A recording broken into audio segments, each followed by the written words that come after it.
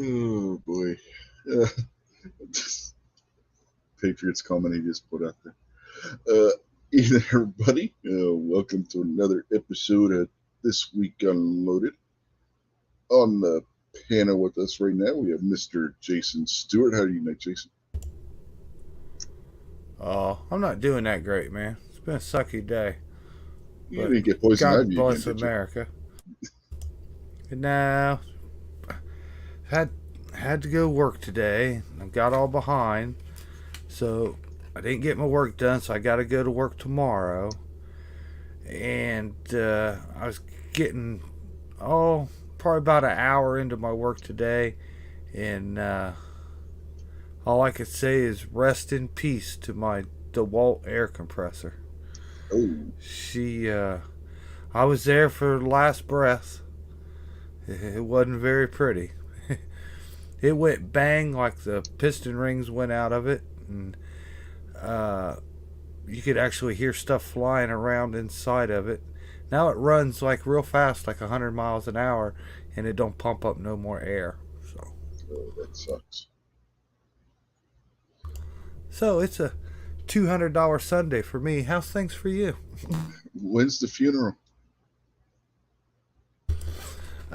Actually, took it to the dumpster right out front and pitched it.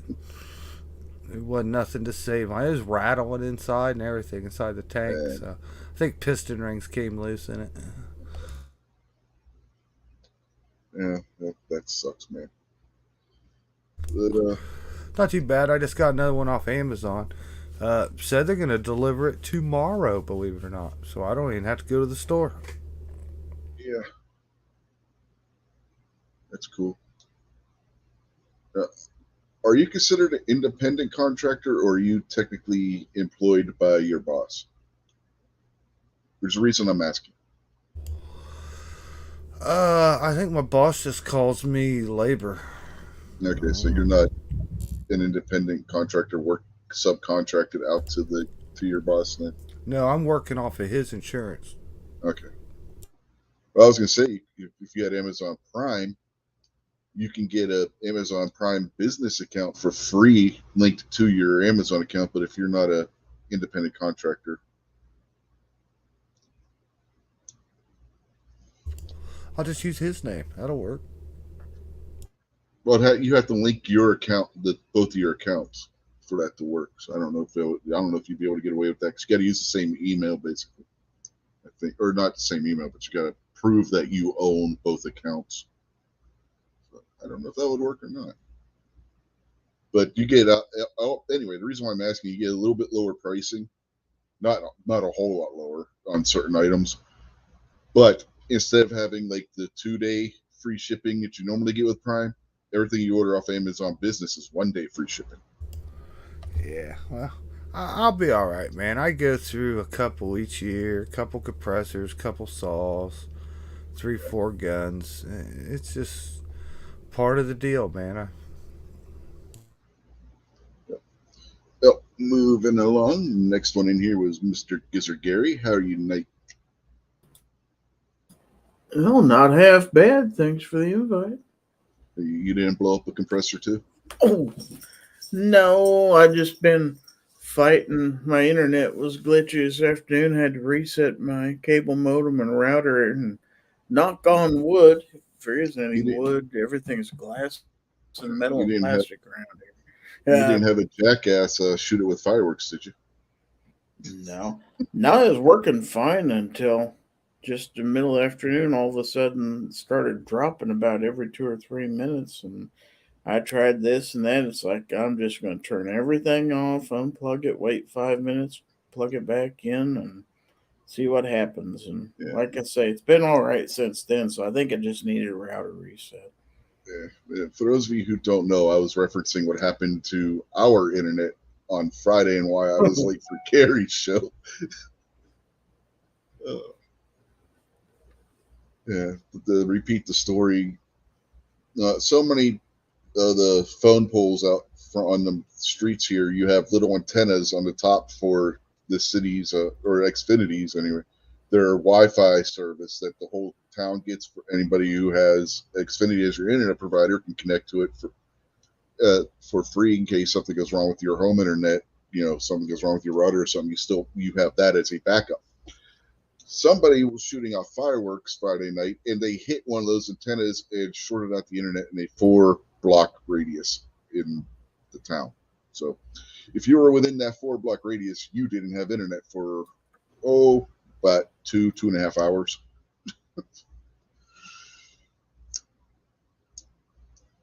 Apparently, that guy has been charged with vandalism, among a couple other things. So, anyway. Moving to the next person, we have Kingpin. How do you night? Oh man, I was doing all right, and then one of the problems is that I made one of the most fatal mistakes that you could ever make, and I listened to the internet for advice. And I was building my own computer, and my house caught on fire and burnt down. Oh man! So there's that. Well, who were you listening to? I can't remember who this guy's, bro. I don't know. They must have been real shady characters giving me such terrible information. Especially the weirdest part about it is I kept telling them, I was like, dudes, I don't know what I'm doing. I'm completely an idiot. I have no. And they're like, no, man, you could do it. It's so simple. Yeah, And I was like, well, I heard about like 10 other people died because they were building a computer, and they were like, they're just stupid. You're not dumb like they are. all right. So let's see who we have out there in the chat. Patriot in the dark. Everybody else is on the panel.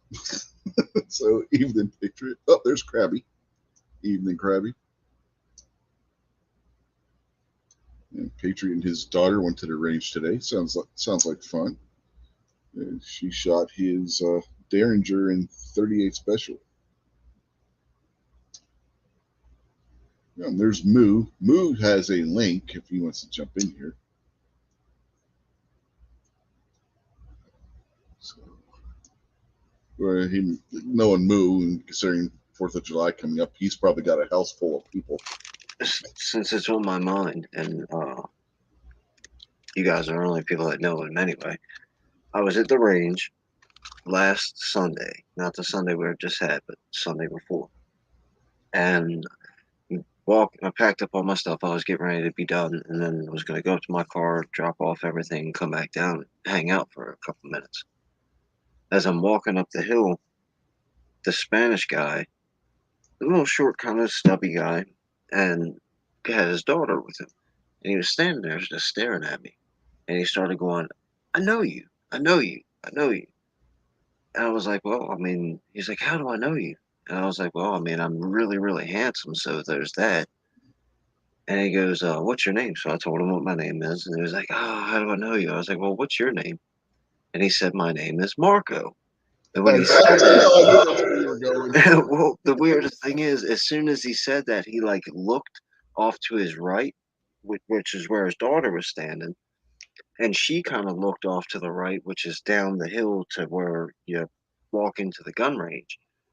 So when they both turned, her book bag was studded with gun channels patches. And Marco's headset had a giant G-Web sticker right on the side. I was like, oh yeah, Marco, gun channel.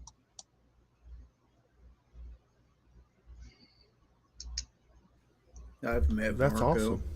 awesome. Yeah, I think we've all met Marco. Yep. Yeah, he had his daughter at the range, and they were gonna shoot pistols. by the time they got all signed in and got arranged and everything like that, I was getting ready to leave. So I just, said bye. So I didn't get to see her shoot or anything.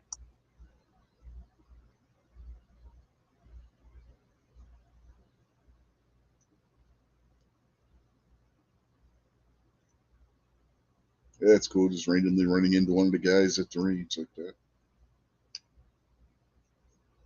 Yeah, that was pretty cool. Well, I mean, at first, I'm a white guy, so my first initial thought was racism. I thought it was like some MS-13 gangster that kidnapped a kid and was looking to kill me.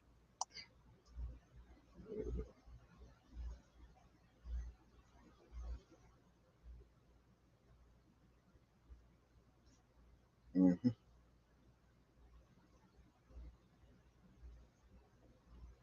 So It was it was kind of cool. I wish I'd have thought about it later that day. I thought about it, but his daughter's patches were all like the old school gun channel, like stuff you can't get anymore. Like right. she had, the original Woods patch was the one that stood out to me the most.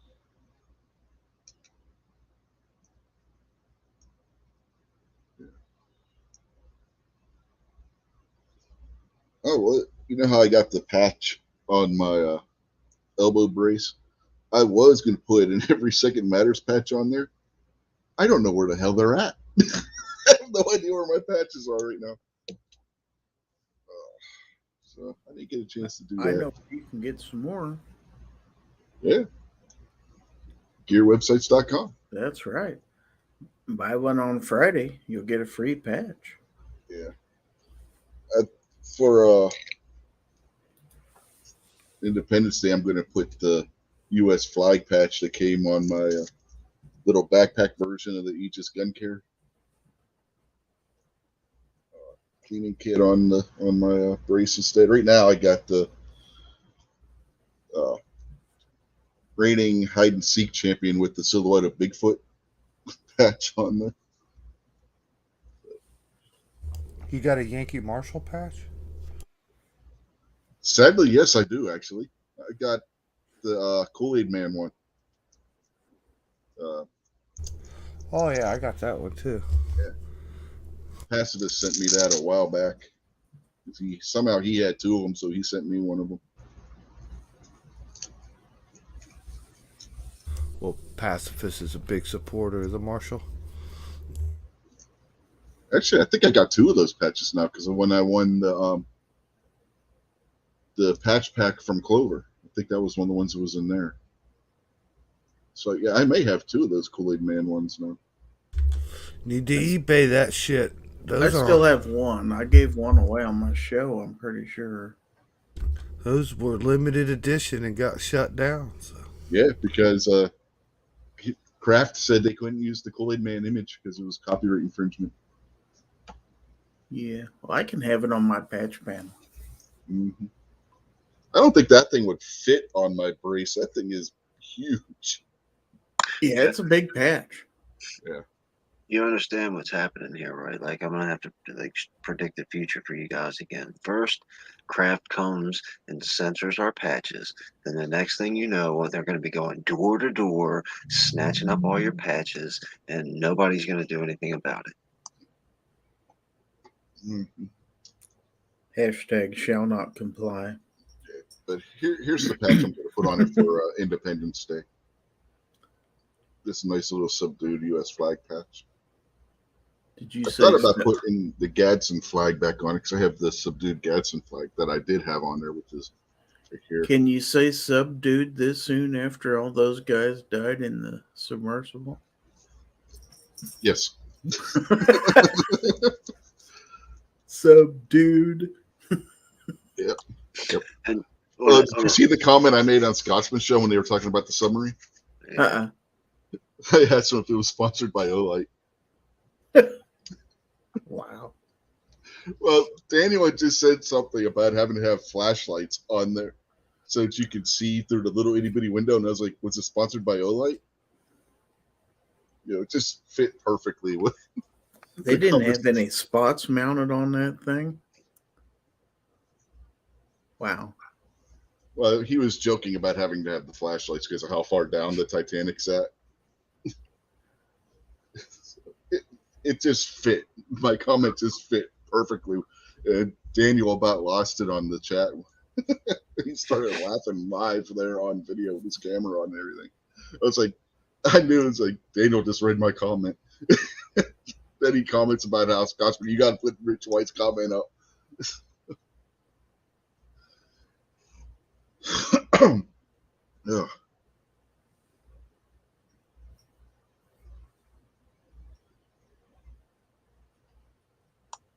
Yeah, of course they're gonna leave Mayo on the shelf and take the Yankee Marshall patch away. Uh-huh.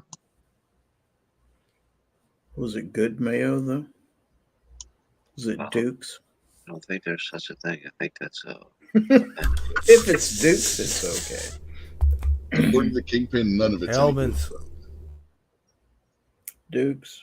Sorry. I like Hellman's. Okay. A sandwich. This isn't a sandwich without the rich, creamy taste of Miracle Whip salad dressing. Oh, for God's sake.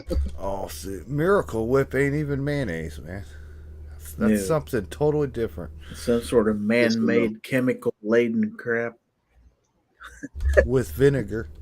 Yep. It's got eggs in it. If you look on the label, it's got eggs in it.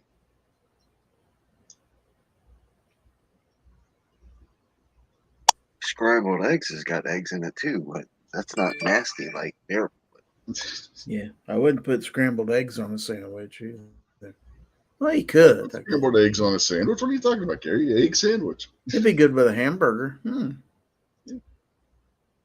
I do want to try that. I've always wanted to try the fried egg on top of a bacon cheeseburger. That's not bad.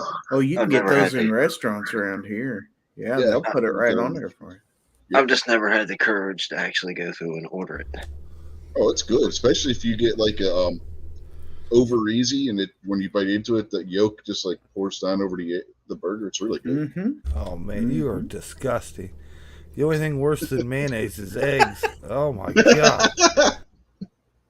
Well, mayonnaise is eggs, Jason. It's an egg sauce. Yeah, you don't want your egg cooked too completely because you want it runny, so the yolk goes all over the burger and stuff. Then, so ooh. But have you ever It's like chicken abortion, man. have you ever looked at Subway's breakfast menu? Once, a long time ago. It's freaking hilarious. All it is regular subs that they put egg on. But yeah. And then that makes it a breakfast sub because they put egg on it too.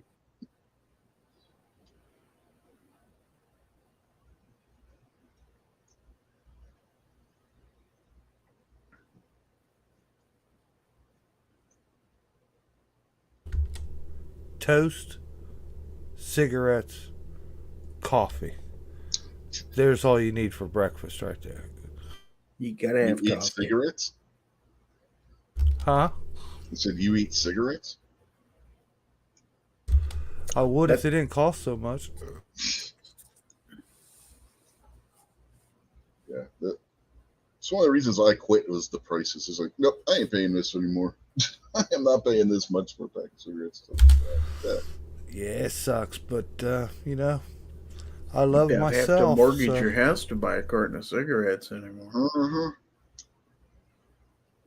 Back in 1999, I was coming back from Fort Benning, Georgia. The Greyhound I was taking stopped in D.C.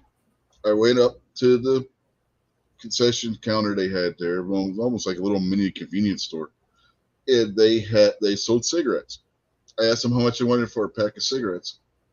$4 in 1999. I said, nope. Shit, right now, if I could quit smoking cigarettes, it just took that money, I could buy like 365 boxes of 9mm a year. Yeah, but then where would you be? I'd be rich when the next shortage comes around.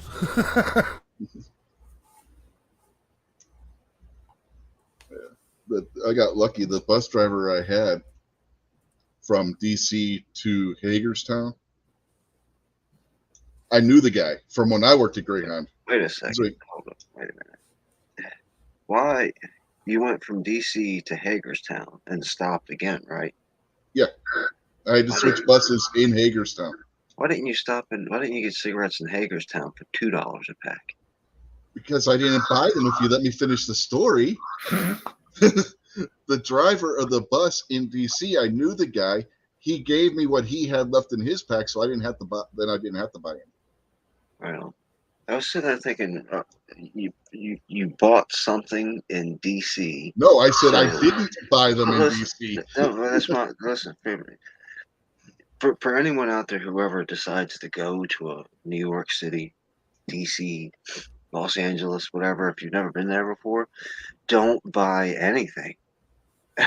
Because if you go to New York right now, you're going to pay like $20 for a pack of cigarettes. If you drive out of New York, you're going to pay $10 for a pack of cigarettes. Washington, D.C., if you jump across the border, you're going to pay half the price just because D.C. taxes the crap out of you because they can get away with it. Yeah. And it's in D.C., so you're buying cigarettes in the United States Capitol. Oh, Yeah. It's just stupid. Yeah, the terminal for the Greyhound in DC isn't far from the Capitol. I mean, you can see it. When we went down there for the rally, when we went to the Airbnb that Squib and Budget and all those, Jason, you guys were all staying at, we went right by the Greyhound terminal to get there.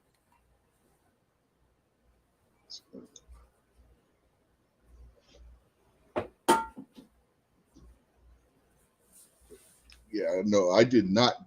If you notice, I said they said $4, and I said nope. Yeah, I was not paying $4 in 1999 for a pack of cigarettes when they were between $1.50 and $2, depending on what brand you smoked back then. This I wonder one why. there. Go ahead, Jason.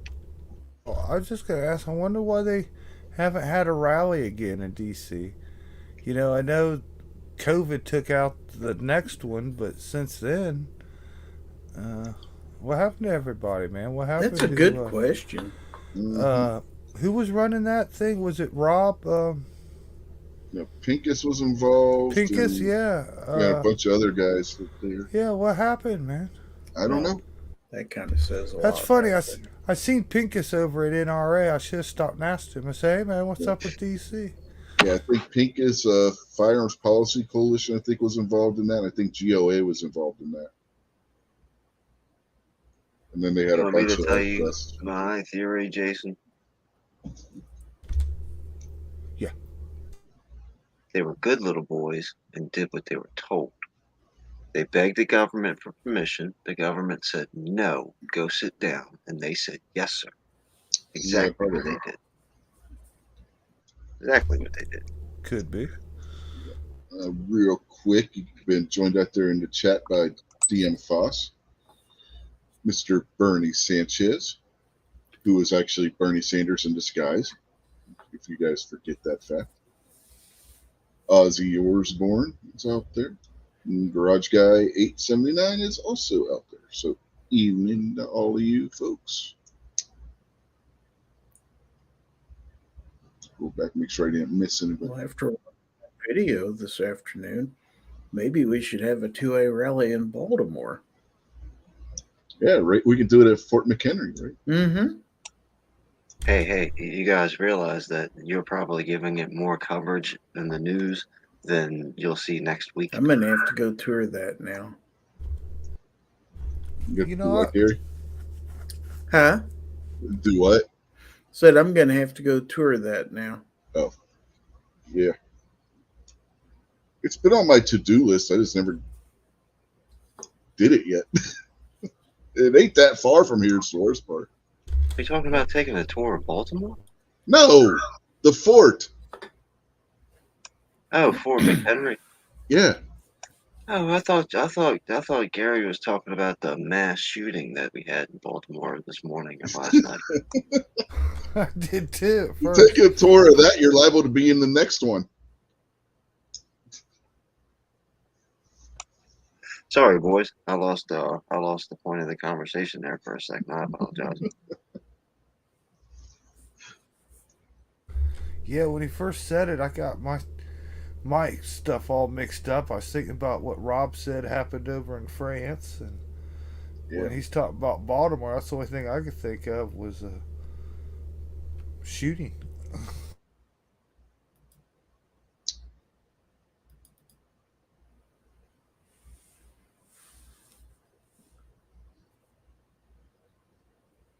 yeah. The video Gary's talking about is the one I sent you guys in the email. Did you get a chance to watch that, Kingpin? Jason and Gary did.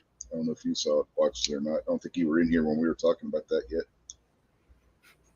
No, I didn't. But Mike Rowe is from Columbia, Maryland. Yeah. Hey, Krabby says, one block party, 30 shot, 2 killed. Well, there's the fucking problem right there. Yeah. I mean, That's don't you a guys got any kind of training going on in Baltimore? I that's a mean, light weekend for Chicago. You guys shit, need to step up that's. your game, man. Yeah, No, this step was your at game one up. party. Yeah. Yeah, This but was, they were having a block party, and th- apparently one person That's scary. shot 2 people and a bunch of other people. Yeah. yeah, 30 shot, 2 kill. I mean, don't you know how to fucking aim? Yeah, right. I mean, those are terrible statistics. I mean, Yes. Yeah. very Hey, inefficient. Very, real quick, very inefficient. real quick, we have to throw the advisory out there for the YouTube moderators. This is called sarcasm, and what's the other word for it? This is news coverage for educational purposes. Okay. Gary Yeah, that, typed in the chat that he was having. There he is. okay. Yeah, sarcasm, news coverage, and satire all mixed into one. We don't actually mean what we're saying, YouTube. Yes, we do. Well, I mean what I'm saying. If you come to Baltimore, there's a pretty good chance you might get shot if you mess around. Yeah. Oh The yeah. average Joe We all know walking down that. the street's not going to get shot, but if you act out of pocket, you're going to get shot. Yeah. I'm talking about where you guys have to step up your game to catch up to Chicago. Well, that's what I was saying. That this was at one party. Chicago's got to do that all over its city. In No, Baltimore, Chicago does that at one party too. Chicago but had 5 people killed at the block party. in the '90s, that was a thing around here. Was small city syndrome, and like if you guys have all seen The Wire, when the New York guys came on the movie at The Wire, they all got shot. And that was happening in real life. People would come in from DC and be like, "Hey, we're from DC. We're tough. We're a big city. You're not." And then they get shot. And then people would come down from New York to try to sell drugs in Baltimore because they're gonna think they're gonna push the small city guys around. And then 12-year-old boys shoot them. Mm-hmm. That's really it's a real thing, man. It's twisted the mindset of the population. Yeah, you get that in Chicago too. There was a 10-year-old kid carjacked somebody in Chicago not that long ago. Jesus Christ.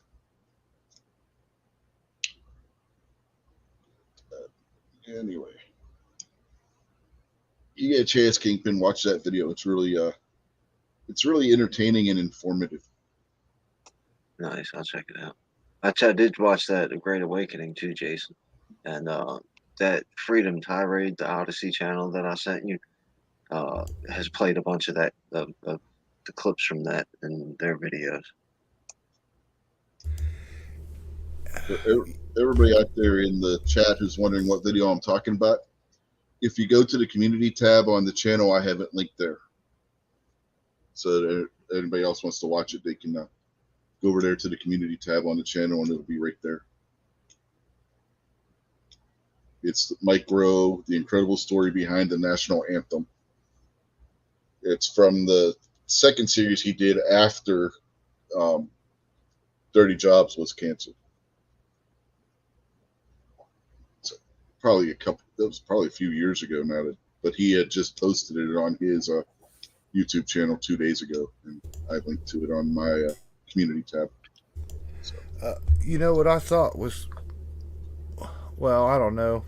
I wouldn't say funny. I wouldn't even really say interesting, but I guess something that I hadn't heard before was the beginning of that, where the guy was singing the original song that he wrote the Star-Spangled Banner from, Hmm. the original English song and its words and stuff. Yeah. I never heard that one before. Yeah, it's an old British folk song. A lot of the songs that you hear from back in the revolutionary times that were that you associate with this country were either taken from old British folk songs and had the words changed, or were insult songs that the British wrote to insult the colonists during the war. A perfect example of the latter would be Yankee Doodle, which we Yeah. talked about before about that one.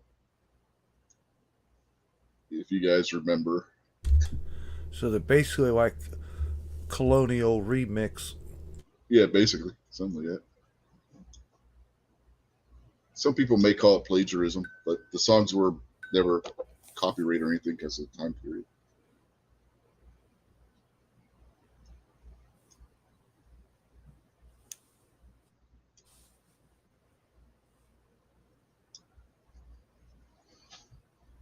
So let's see.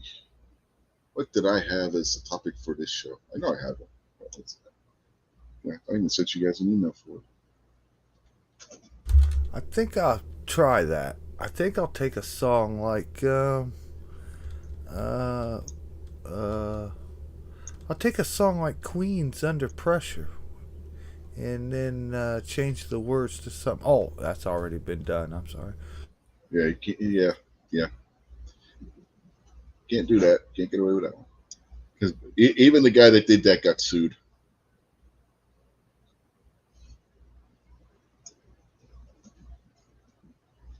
So anyway, topic for tonight. Now that we're a few minutes in and we got people showing up. A few minutes in, yeah, half hour's a few minutes.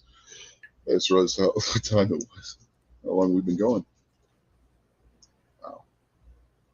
Anyway, the topic for tonight was the founding of the country, specifically the American Revolution, and the creation of the Star-Spangled Banner. So, what do you, I know Gary knows some stuff about the revolution. We've talked about it before. What the Jason Kingpin? What? How much of a knowledge of the subject do you guys have? I know we beat the hell out of England. Well, you know the important part at least. We had help. Yeah, just a little. I know Andrew Jackson kicks ass. I know that. Wrong war. That would have been the second war against the British. Didn't he go to like New Orleans and kick some ass? That was that was the War of 1812. Well, yeah, that's when they wrote the Star Spangled Banner. Yes, that's when the Star Spangled Banner was written. I said the American Revolution. There's gonna be Oh, is that when Castro promised everybody a bunch of shit? No, that was the Cuban Revolution. Oh.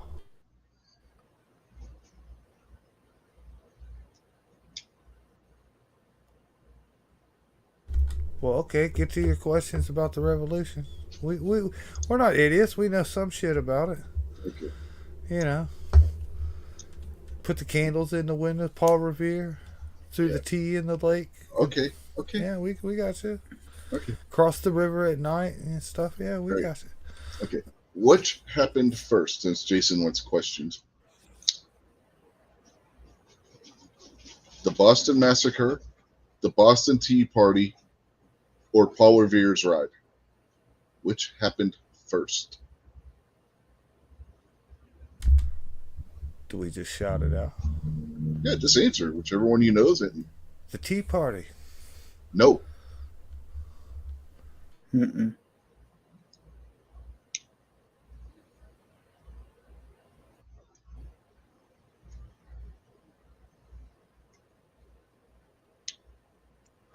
I know which one's going to happen next. And it's going to be the unloaded media revolution if you don't stop flicking that knife. It's a trademark at this point. What I'm going to do is I'm going to go back through all old Night Strike videos, and I'm going to make a 4-hour-long compilation of him racking that AK. And I'm going to force everyone to listen to it because I like listening to it. Now, 4 hours of it's probably a little bit much, but it's going to be for just ages.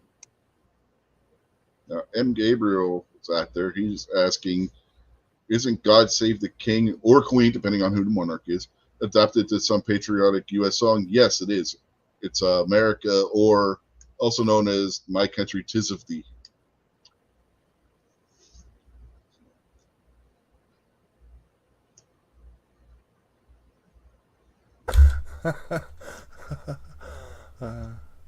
Okay, that was funny, Gabriel. At first, he put 1975. I was thinking, Yeah. huh? But now he got it. Makes more sense now. Yeah. Oh, Gary, you know the answer. You know the right answer to the question. I think Paul Revere's Ride came first. No. No? No. The Boston Massacre happened first. It was in 1770. Boston Tea Party was in 1773, and Paul Revere's Ride happened right before the American Revolution started in 1775. Okay. Okay, which one was the Boston Massacre? Is that where they got in the shootout in the city park? Yeah, in the Boston Common. No, it's when Al Capone dressed up as cops. That was the St. Valentine's Day Massacre. Is it when the Red Sox traded Babe Ruth? Oh, that's when the curse of the Bambino happened.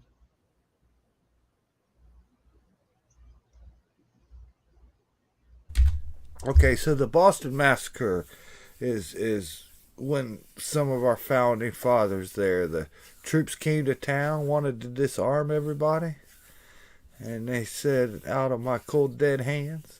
Well, basically, the British soldiers were there, and people started throwing snowballs at them, and calling them names, and the British troops opened fire.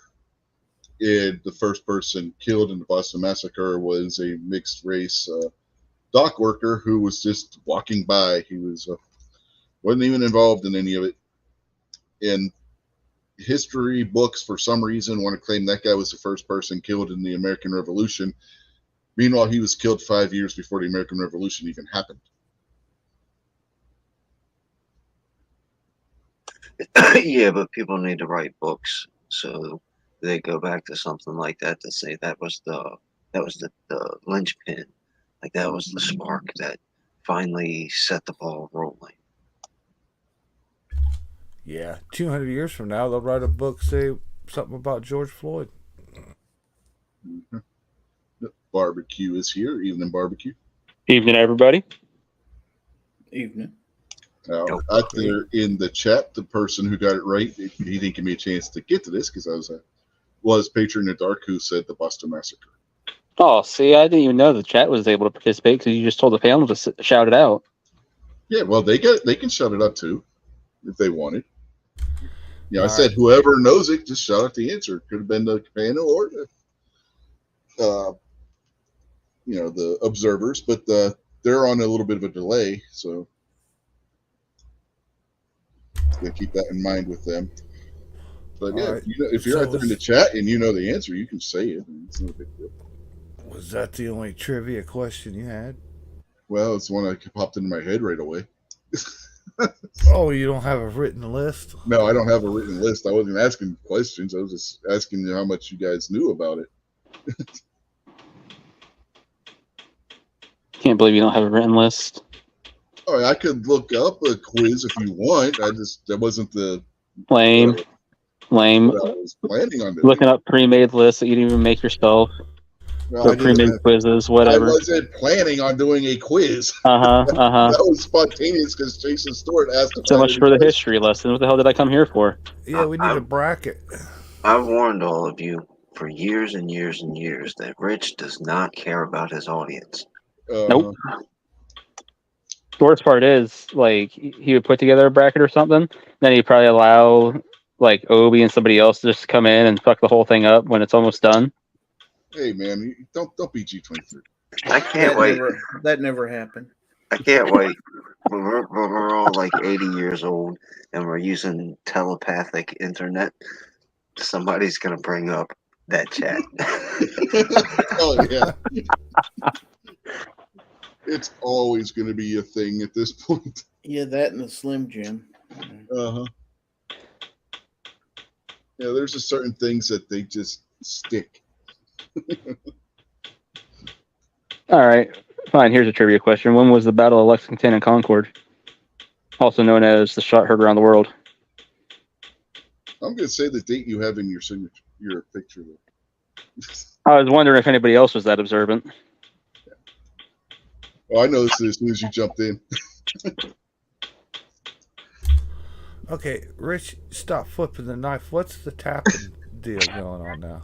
What's what? That's Barbecue's fan again. Oh, that's my ceiling fan this time. Oh, so it's wobbling in the chain smacking?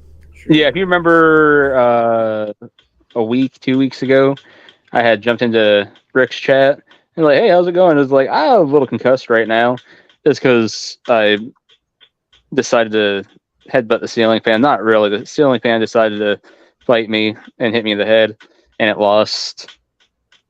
And now it just makes this sound like it's dying while it spins. That's why I say I won. Mm-hmm. Concussion only lasts like a week, but this sound lasts forever. Unless somebody can tell me how to rebalance a ceiling fan, then that'd be great. You buy a ceiling fan Get on their blades. blade balancing kit. Yeah, that sounds like I should probably just buy a new ceiling fan. Mm-hmm. Be about as cheap. Yeah. Probably. That or tape pennies to one of the blades until it balances out. I've heard that trick before.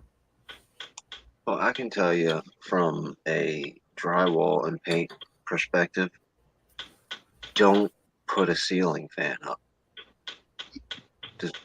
It's going to be sooner or later, your ceiling's going to get damaged Why? or need to be repainted, and then I'm going to have to come in and do it. Your ceiling fan is going to be a giant hassle, especially those people who have vaulted ceilings and then have 3 or 4 fans on a vaulted ceiling.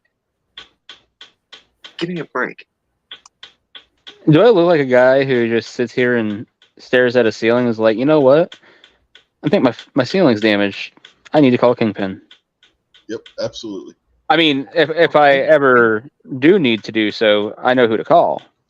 But just in general, do I look like that kind of guy? Yes. Probably. Yeah. Well, you specifically don't look like that kind of guy because you're blind and all. Oh, I see. All right. Yeah, we're gonna pull that card out now. You God. ableist son of a bitch. What a dick. Uh-huh. I look at my ceiling all the time and wonder how that footprint got up there.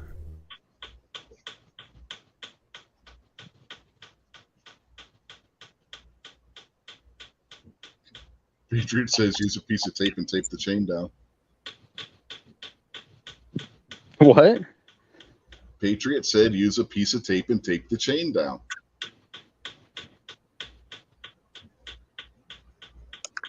I don't know if that's the chain tapping again, so I think it's like the actual unit. That's.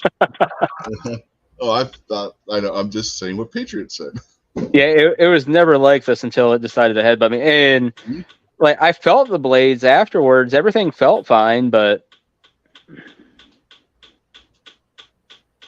because I was trying to find like which blade had actually busted me in the head, and I couldn't tell because I thought there would be some damage to it. Nope. Yeah, Moo has got a really excellent point there because every good TV show, when somebody gets bumped in the head and either gets a special power or gets amnesia or something, when they get bumped in the head again, they get it all back. So if you jump up there again and let it bang you in the head, maybe it'll fix itself. But you'd have to turn it so it's running the other direction. What? Excellent call, Gary.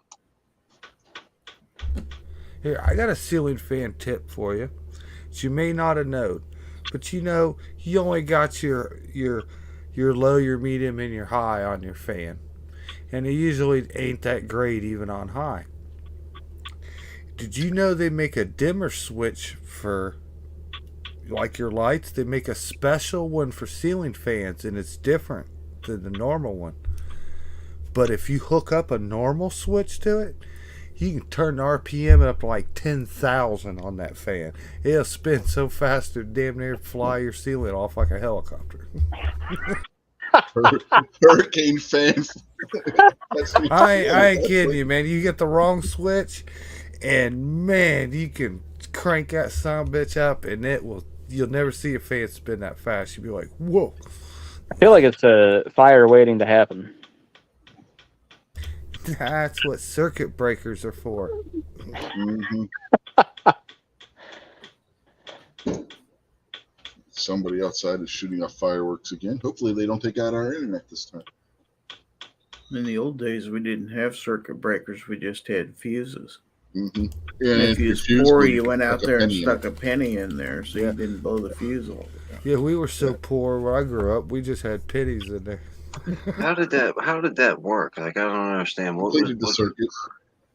So, in other words, like when you put the fuse in, the connections would get loose after a while, so you put the penny in there to make it tight again? No. The fuses were glass fuses that screwed in just like a light bulb.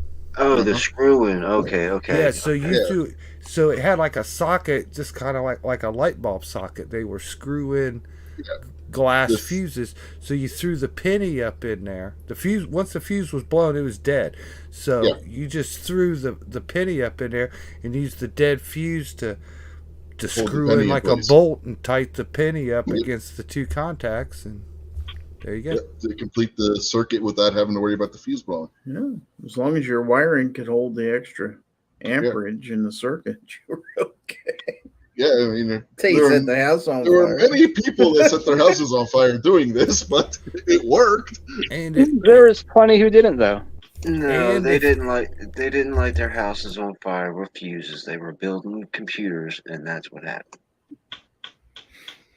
And think about it. I mean, whenever you hear somebody talk about doing that, how often do you hear them say, I burnt down my house, or I caught my house on fire by doing that? It's never that.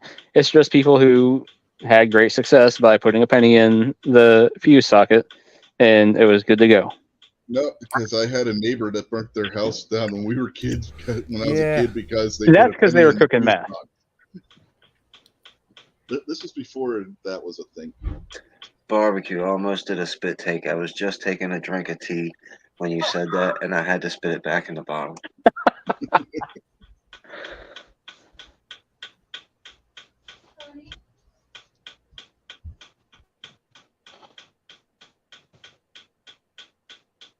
And barbecue actually works for the Chinese Communist government, and that ticking is just like slow torture for us. So we're all being like tested in some experiment right now. You're welcome.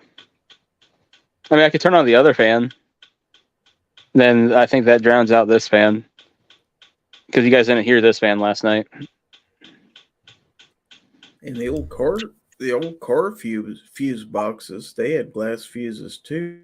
And if they kept blowing, you could stick like a 22 shell up in there and complete the circuit on one of those. That worked great. Especially with the live rounds. You can wrap a car fuse with a chewing gum wrapper, or the old foil that used to come in your cigarette packs. You know, I just realized something. It doesn't take much to derail this chat. What could go wrong? Oh, I've been thinking about that for a while. Fire protection is kind of a new concept. How to bypass a safety fuse unloaded. You derailed the chat, Rich, because you gave us all false hope that you had like a bunch of awesome trivia. I never said there was going to be a quiz. We came here to learn, not to burn. Everybody in the chat and everybody on the panel was desperately just waiting with anticipation on the edge of our seats for a really great series of trivia questions. And yep. We had one. No, there were two. There were two. I just happened to know the answer to the one. and beat you guys. Because you cheated. I didn't cheat. I knew the answer. That's why I said the one date you have in your thing. No, you said I'm guessing the date you have in your thing. I said I'm going to say the date you have right there. That's not cheating. I knew the answer. It's actually really easy for me to remember because it's Walter Jr.'s birthday. Just not 1775, obviously. So how did Paul Revere go on to form a rock group like Time machine. He several invented a years time later? machine. He invented a time machine that he built out of silver. Or they could just name one person every generation in the family Paul Revere, just like they do Jesse James. But for those that don't know, Paul Revere by trade was a silversmith. Hence why he built the time machine out of silver.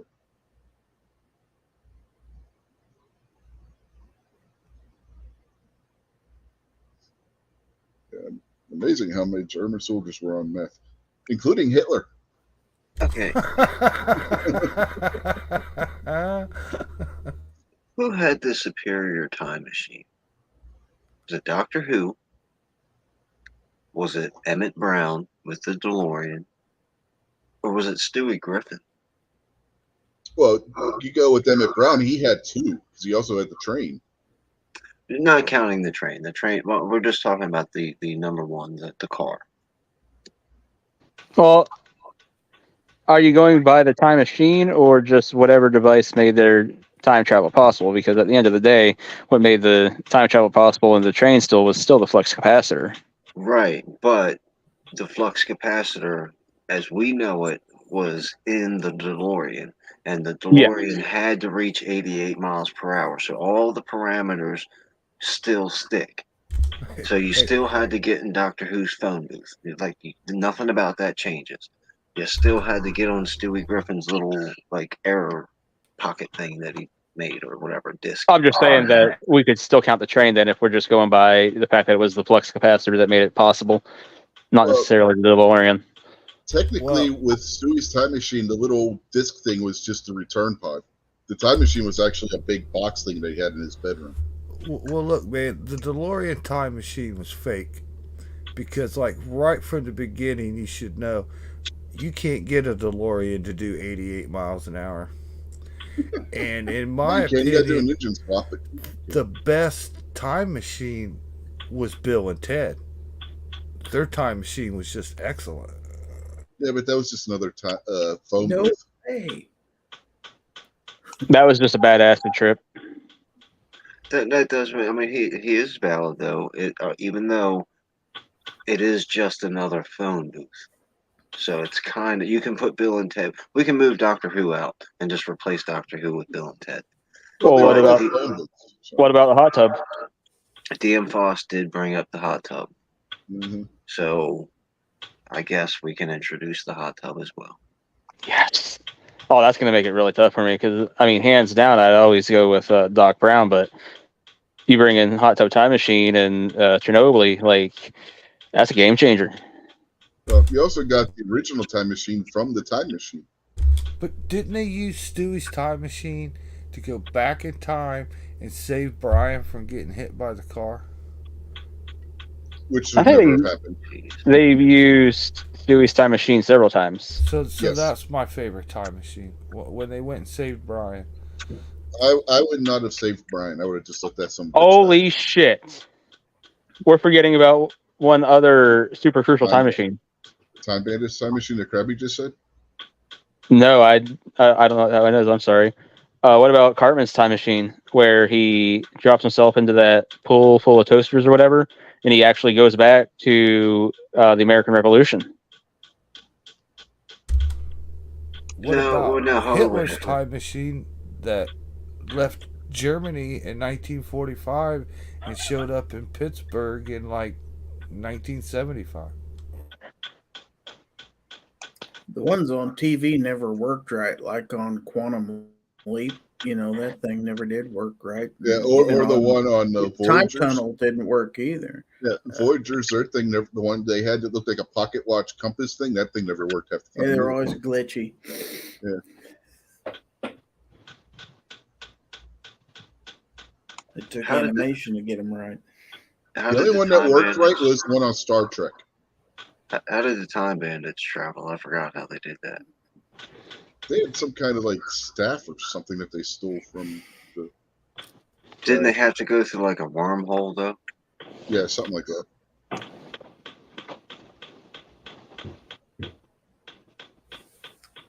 I hear things exploding outside. I wonder Yes, what's that going is the on. fireworks.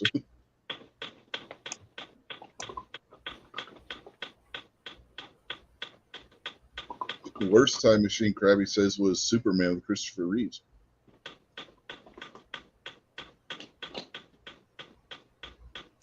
Okay, Time Bandits had a map, so they had to go find Yeah, that's what it was. the portals. Yeah. Nitpicky here, but I think his name was Christopher Reeve. Yeah, that George Reeves, Christopher Reeve. Both played Superman. And they were not related. No relation. George Reeves. That was George the Animal Steel.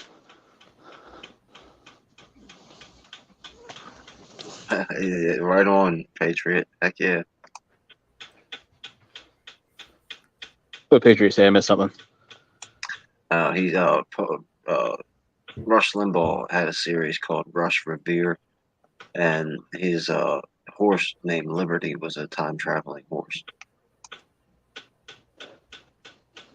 It was a kid's book about the Constitution and the founding of the country and all that. Nice. Rush Limbaugh. But so that still takes us back to what's the best time machine, huh? I'd almost have to say that the DeLorean time machine would probably be the best because I don't know, in the hot tub time machine, when they went from now to 1800s, did the hot tub go with them? Then they went to the 1980s, and yeah, basically. It was just the hot tub in the same place. Mm-hmm. That's But if you watch Hot Tub Time Machine 2, which I've only seen like once, I'm not sure exactly how that worked because I don't think I've seen with that, Lou was jumping all over the place. Well, don't forget, Chappelle had a time machine too. He traveled all this way in time just to call you a cracker. The hot tub time machine, the hot tub was basically like a time portal that would transfer you through time to wherever that hot tub was. Okay, so in other words, it sucked really bad.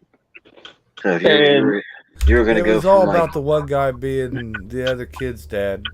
Mm-hmm. another amazing thing, the bellhop is also the same guy as the dad in Back to the Future. Hasn't aged a day in what, 30, almost 40 years.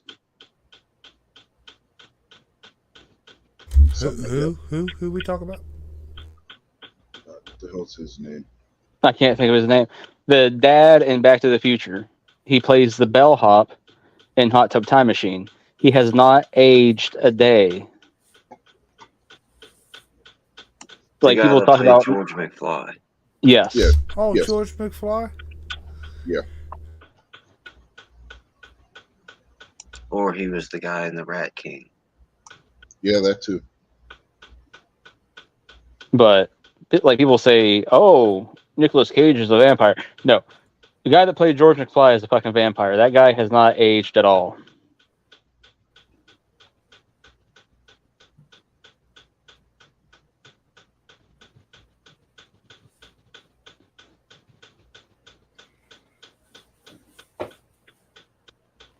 Crispin Glover. Between Faust and Moo, we got his name. Nice. Whoa. The fucker's name is Crispin? Crispin. Oh, yeah, he's a fucking vampire.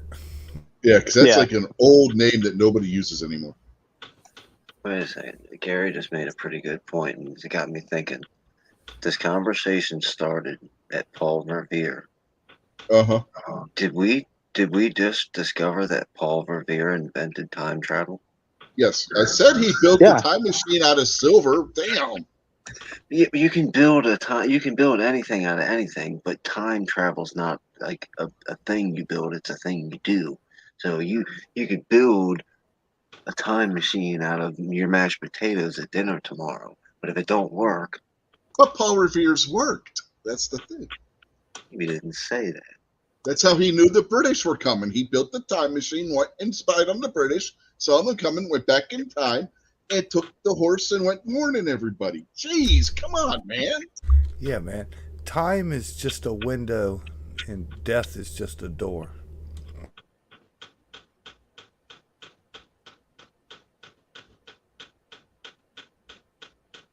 And the hand is like the freeway of life. Thumbs and off ramp. Think about it. And West Virginia gives the rest of the country the middle finger. And like sands through the hourglass, so are the days of our Days of our lives. lives. So, Bringing if it you back had to Bill and access- Ted. if you had access to a time machine, pick one person from the American Revolution that you'd want to go back and speak with. Benedict Arnold and slap him upside the head. Knock some sense into him. Jason?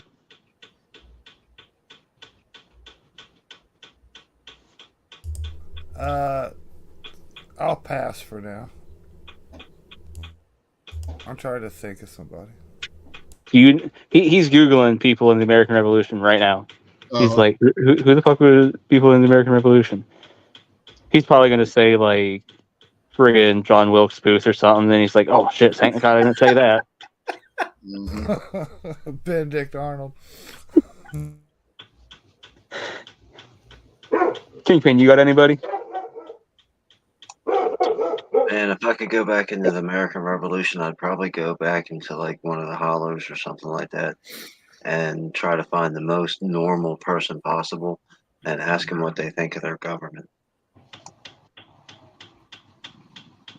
Patriot in the chat said Patrick Henry. Like it. Honestly, that one doesn't surprise me with Patriot. No. Or I'd go back to somebody significant, no matter who it would be, whether it be John Lott or whether it be Thomas Jefferson, somebody, and be like, look, when you start writing these documents, you got to understand you're intelligent people. And 100 years from now, You- really, really stupid people are going to start reading this, and they're not going to understand what shall not be infringed means. You mean James Madison or Thomas Jefferson? Any of them. Any of them. You said John Lott. Well, all Oh, John Lott's who they based their everything on was the writings of John Lott. Well, I think now, if I could go I back thought he and was meet talking about anybody, John Lott of today. That's why I wasn't thinking. No. That's where my mind first goes. Yeah, It John could be the Lott same and person as time Gladstone travel. and there were a bunch of guys from that time period who were philosophers who they based their stuff on. well, if I think I was going to go back to meet somebody, I'd want to meet probably Ben Franklin. Yeah, that's mine. Because Yeah. anybody who could get laid at that age, I want to Yeah. know his secrets. Uh-huh. Man. Yeah, Oh, I heard he was quite the partier. Not all yeah. of that, but at the rate he did and looking like he did. Uh-huh. Yeah. Another guy. Oh, and then you could ask him about the bodies in his basement. Another guy who I'd go back and meet would be Thomas Paine, so I can kick him in the dick for thinking that we should have had a second revolution based on the French Revolution. Thomas Paine would be a good one. You know what, man?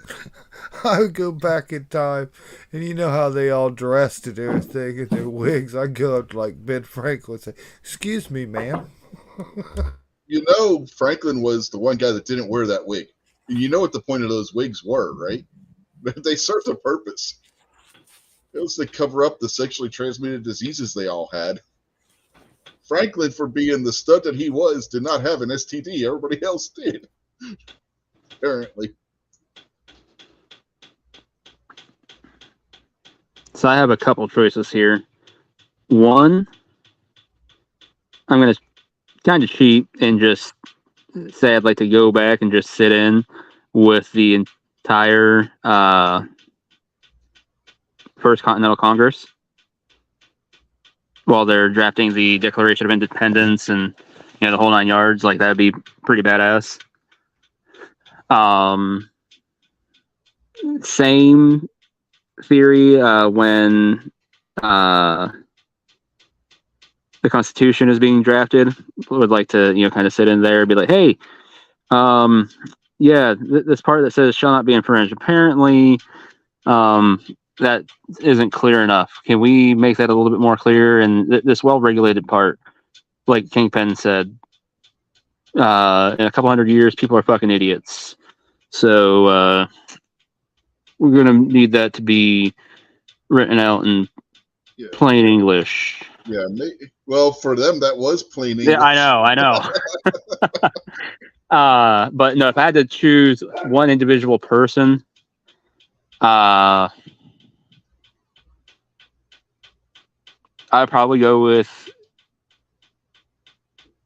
James Madison or Thomas Jefferson or Paul Revere.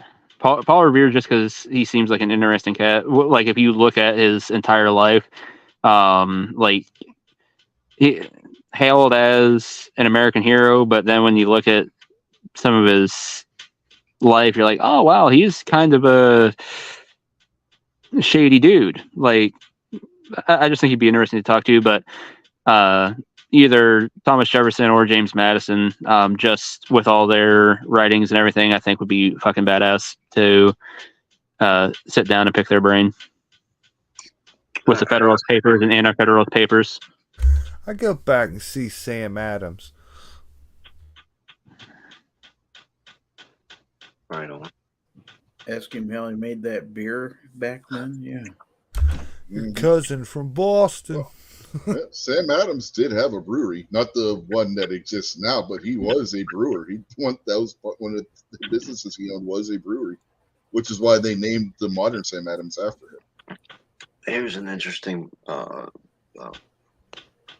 process of thought, I guess you could say, that the guy that runs Guns Coast to Coast channel brings up from time to time. The Constitution set up the federal government. So therefore, the Constitution led us to where we are now, in a way, because it created the federal government. Knowing what we know now, do you go back and stick with the Articles of Confederation, or? No, because the Articles of Confederation were extremely lacking in any kind of stabilizing element. That's why they got rid of it. See, that's kind of the thought process that I had over the years, and the way I looked at it and stuff. He doesn't ever really make his argument for it, but he says all the time what I just said, that he liked the Articles of Confederation better, and ultimately the Constitution set up a federal government anyway. So I don't know. I kind of think, especially if we're talking about time travel, you go back and let them know, hey, this federal government that you're setting up does this and this and this and this. So go back to what all of us understand, that these are not only stupid people, but they're horribly corrupt. So you got to make real sure that you plan for the idiocy that's coming. But if you tip them off like that, what if you create a time paradox and then Hitler wins World War II in the end? Right, but see, that's where, as long as you've still got control of your time machine and you've still got the ability to make it cross through time, like however your power source is, you don't really care, because you could just go back and change the rest of the world any way you want. Because once that bottle's been opened, you can't close it. Shit, you might as well just see what happens when you mess with other stuff. Go back. So say you do something like that, and then you realize, like, oh shit, we did that one thing, and now fucking Hitler rules the world. 200 years later, we might have messed up here. The only way to fix it is to just go back in time and stop yourself from, tipping them off, and So you got to go back in time and kick yourself in the nuts. Can you do it? I mean, it depends. If you understand that you really screwed up and you've got any kind of Well, If you here's don't kick yourself in the nuts, Hitler rules the world. well, Yeah. here's the problem with Pretty kicking extreme, I yourself in the realize, nuts. but No, hold on. There's a problem with kicking yourself in the nuts depending on which theory of time travel you explore. exactly. Because you can't have two of the same pieces of two beings made of the exact same matter existing in the same area. If you kick yourself in the nuts, you could end everything. That's right. That's true. Biff Tannen might just have to be the king of the world from now on. Perhaps that was the origin of the Big Bang, which actually is in severe question at this point. Or there's a possibility you could go back in time and change and do whatever the hell you want, and it don't affect nothing. And going back to what I was saying is, if you sit down with him and you're like, "Hey, you got to be real careful." Like, you could even say, write down that it's against the law to create a thing called a Patriot Act. And then 200 years from now, when somebody's like, "Hey, let's make this thing called the Patriot Act," I'd be like, "Oh no, we're not allowed to do that because that says it right there." I can't believe we missed this. I'm sorry, it was a couple subjects back, but I just now remembered what the greatest time machine was. The Terminator, man. You got to go back to get John Connor. That was the best time machine ever, right there. No, because it only worked one way. Wait a minute. Was the Terminator himself? No, the Terminator himself wasn't the time machine. The time machine was a portal, but it only worked one way. Right. Okay. Moose says he likes to go back. Did we get to be Metal Beast that whip everything's ass when we go through this one? Well, no, because if you went through the time portal in Terminator, you didn't get to take anything with you. And the only reason why, and you couldn't take metal. The only reason the Terminator going through and making it successfully was a technicality because he had outer flesh and stuff that covered the metal, so it allowed that to go through. Well, what about the Terminator with the liquid metal guy? Yeah, I don't know how that's a plot hole that they never explained. Oh, okay, sneaky little bastard. Moose says he'd like to go back in time and visit Cleopatra and get some of that sweet crocodile done contraceptive. One, it wasn't a contraceptive, that was an abortion method. And two, contraceptive at that time, they did have condoms that were made out of animal skin. She was around during the Roman Empire, so. And the crocodile done contraceptive would have been 1,000 years before Cleopatra. Was it animal skin or intestine? I thought it was intestine. Either or, because they would make them they can make them out of intestine, and they also would make them out of like lamb skin and stuff like that. Really pliable animal skins, like lamb skin. Nothing like a leather condom, folks.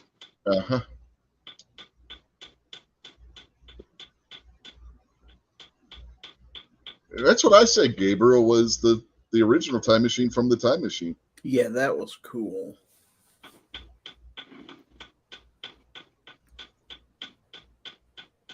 Was there a time machine in the Twilight Zone? Oh, I don't remember. I think there was a time travel episode of the Twilight Zone. That's what I thought. It'd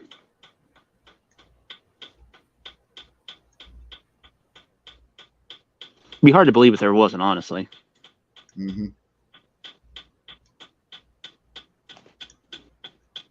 Speaking of Christopher Reeve, didn't he do another time travel movie? Yes, where he was up at Mackinac Island. And... Yeah, that was Somewhere in Time. My mother had to watch that movie all the time. He sat there staring at a penny with a certain date on it, and through power of the mind, he was able to travel back to that time period. I remember that movie. Yeah, at the end of the movie, he fucks up because he had a coin from modern era, and he looked at it, and it transported him right back to his own time. Yep. My mother watched that movie constantly. She loved that movie for some reason. What about Groundhog Day? Does that count for a time machine? No, that's more being caught in a time loop. A time warp? Okay. Let's do the time warp again. No, the time. Yeah, I was gonna say no. The time warp was It's just Rocky Horror Picture. DM Foss says the final countdown, but that was more of an accident, wasn't it? Oh, that was a good one. That was a good one. Final countdown. No, not that final countdown. Oh, damn it.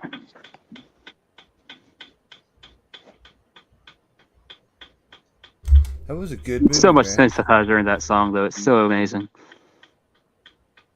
There was another movie where you had H.G. Wells had built the time machine, and one of his best friends unknowingly was Jack the Ripper, and Jack the Ripper stole the time machine. And H.G. Wells had to get another time machine to go chase Jack the Ripper into modern day San Francisco. I can't remember the name of the movie. That one was pretty good. What was the name of that TV show where the dude would every morning he would get the next day's paper? What that was the name of it, wasn't it? The Paper? Is that the name of it? I think. Because he'd try to warn people who were going to die and stuff like that. Because he'd get the following day's paper a day ahead of time. Mm-hmm.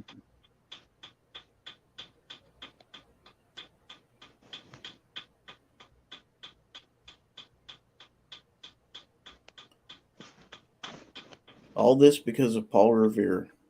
Yes. Yep.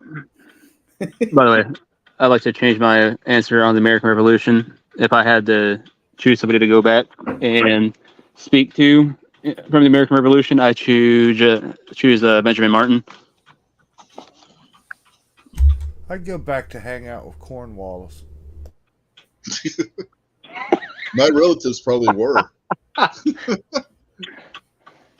I've said this before. I had family that fought in the American Revolution on the losing side. At this point in time, I'm going back to talk to myself, to tell myself to stop talking to people back there. Early Edition. That was the name of that TV series I was talking about. Yeah. Is that what it was? Chris from the 740 has joined us. Good evening, sir. Good evening, Chris. Great dude. I say that like nobody knows. I think we've all met him. Has Kingpin met Chris?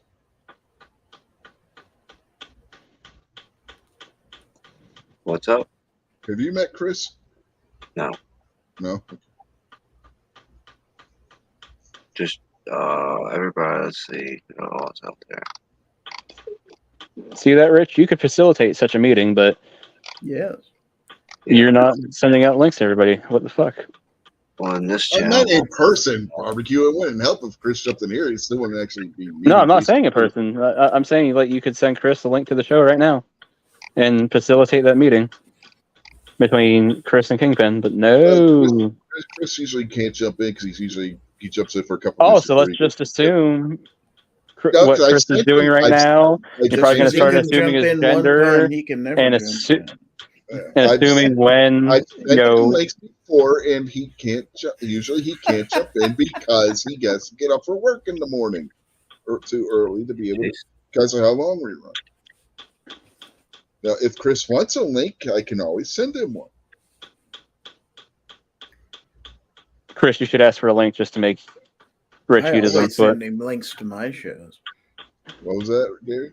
I said I always send him links to my shows. But then I'm on Friday night. Nobody has to work the next day.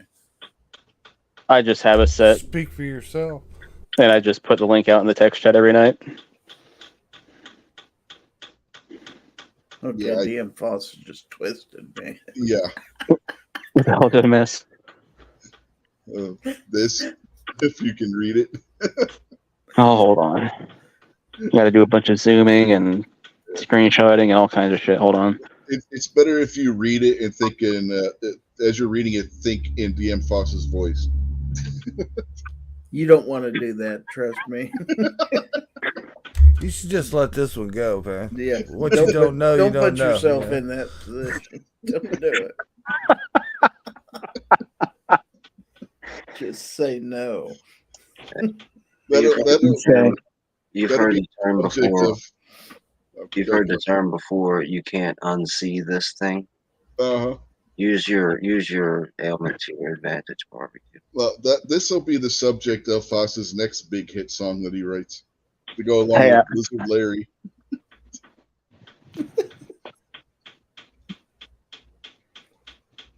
Lizard Larry, it's got something that was great. for you. Lizard Larry, he's gonna give it to you.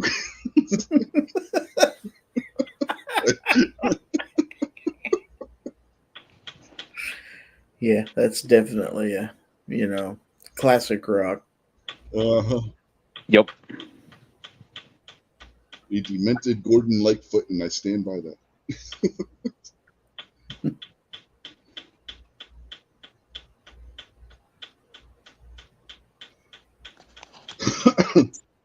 Paul Revere to Gordon Lightfoot. Wow. Well, they're from the same era. Not the same country, though. No, one's Canadian. Was.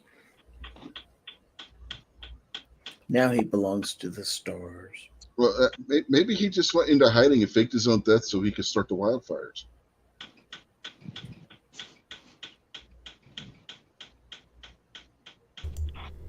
Hashtag wildfires are fake.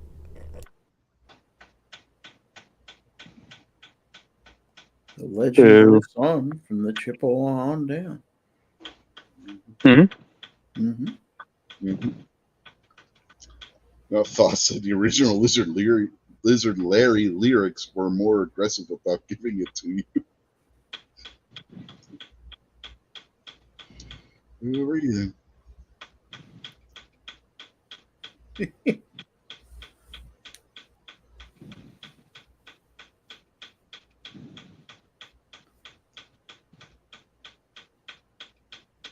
That's going to morph into a whole show one of these days. You know it's going to have to happen.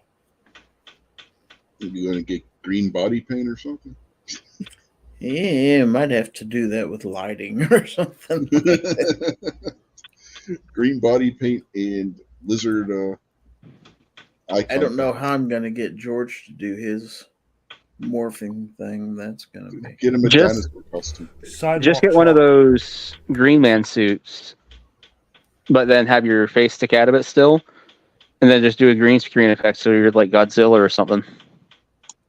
Can't you use filters on YouTube to where you can like make yourself just look like a lizard that's just talking when you talk?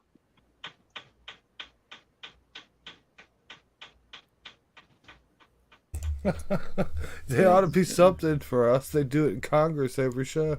Mm-hmm. Well, no, that's backwards, Jason. Those are lizards dressed like people. Yeah. Gary's a person that wants to look like a lizard. So he wants to be I'm a person anyway. He wants to be a reverse V alien, is what you're saying? I think you need to get some Rowdy Roddy Piper sunglasses.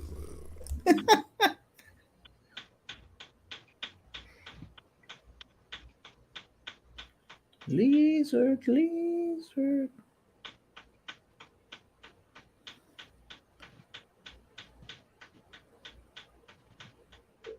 You know, if I had a time machine, I'd go back in time and stop barbecue before he ruined that fan. You know, if I could save time in a bottle, the first thing that I'd like to do. Okay, Jim Croce.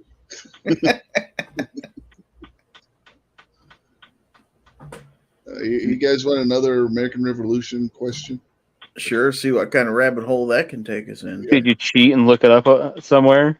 No. He went into a time machine. Probably. What revolutionary general allegedly was at the Boston Tea Party as one of the participants? Was it George Washington, Benedict Arnold, or what was his name? I forgot the other guy's name now. Grant? No, that was Civil War. Well, it's definitely not this last guy. So you got George Washington or Benedict Arnold. Yeah, we'll just leave it at George Washington or Benedict Arnold. Which one of them allegedly was at the Boston Tea Party? Benedict Arnold. Arnold. Washington. Yeah, one or the other, man. Arnold Washington. George's little brother. Yeah, I called him Arnie. Fawcett's general receiving. No. What you talking General about, George? peritonitis. Washington. Was it Washington or Arnold? Come on. Barbecue says Arnold. The Schwarzkopf. Eggman. Jason can't make up his mind. Westmoreland. Custer. M. Gabriel says Arnold.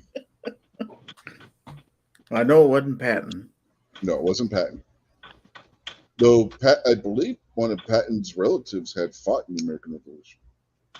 Because he came from a long line of military men. Is John Patton a relative of? Because he has that tank as his emblem, I wonder. I don't know.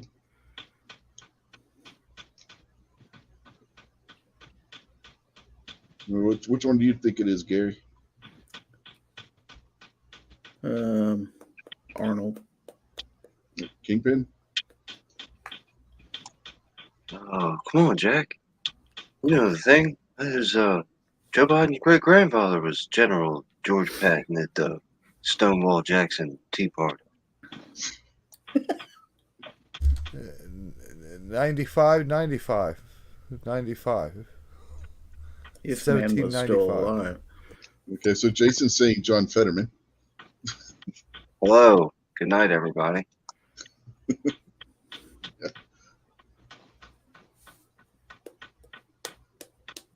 I'll give it a couple more I minutes. don't know. if I heard anybody else- something about this. I'm not too sure. I'll just take a guess, and I'll say that the Benedict Arnold character. Give the audience a little bit more time if anybody else wants to try and guess the answer up there. Well, there's only two Mills. choices, so Yeah. somebody's going to guess it. Fine, I'll Well- take Washington because nobody's taking him. Well, you done went and screwed it all up because I was going to say everybody that gave the proper answer got it right. And then you go and change your answer, Gary. General Mills, I like that. But Gary, just right there. Since we're talking about Independence Day, Gary just showed American grit and stamina and boldness, and he went against the crowd. It may have been wrong. It's okay. You know, sometimes you have to take risk, but he didn't want to just follow the crowd blindly. I thought it was Petraeus. Benedict Arnold allegedly was at the Boston Tea Party, was one of the guys throwing tea into Boston Harbor and beating up British soldiers, all that good stuff. Dressed as an Indian. TP Indian, not gas station Indian. Toilet paper Indian? Yeah. No, they had toilet paper back then. I thought they used leaves. No, not that Did kind of not TP. go into a Dunkin' Donuts or a 7-Eleven without a slight Indian accent. No, it's not a joke, man. It's not a joke, man. Mm, Oh, I heard what you said, you motherfucker. Do not say that again. That was not funny. You are no longer my friend, my friend. You some bitch.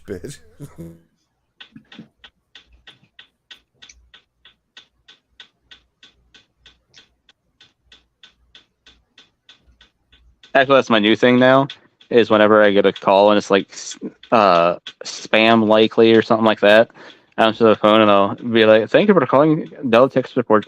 My name is David. How may I help you?" And then half the time they're like, "What the fuck? Did I just call?" And they'll be like, "Hello, I'm calling from Mr. Burger." I'm like, "Oh, I'm sorry. This is Dell Tech Support." It's more fun to answer Pizza Hut. Will that be dine-in, carry-out, or delivery? all right, I got another question for you. Bassmasters. I have an answer. I hope so. Which founding father? Nope. Shut up. Which founding father allegedly organized That one. the Boston Tea Party? Was it Samuel Adams, Benjamin Rush, or Benjamin Franklin? Sam Adams. Jason, Rush. Kingpin. Yeah, I have no idea. Guess. You only got 3 that can choose from. Nope. Gary. Adams. All right. Audience. Madison. That wasn't one of the choices, Jason. Oscar Madison. Dolly. Oh yeah. She made good snack cakes. Hello, Madison Dolly. Wood Preservers.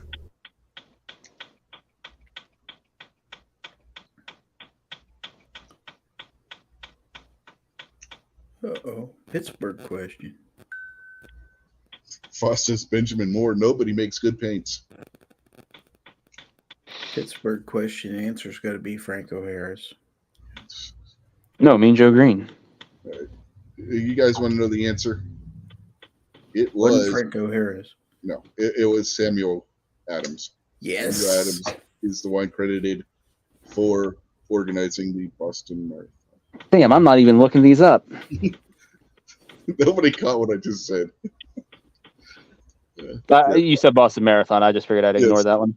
No, I did it intentionally.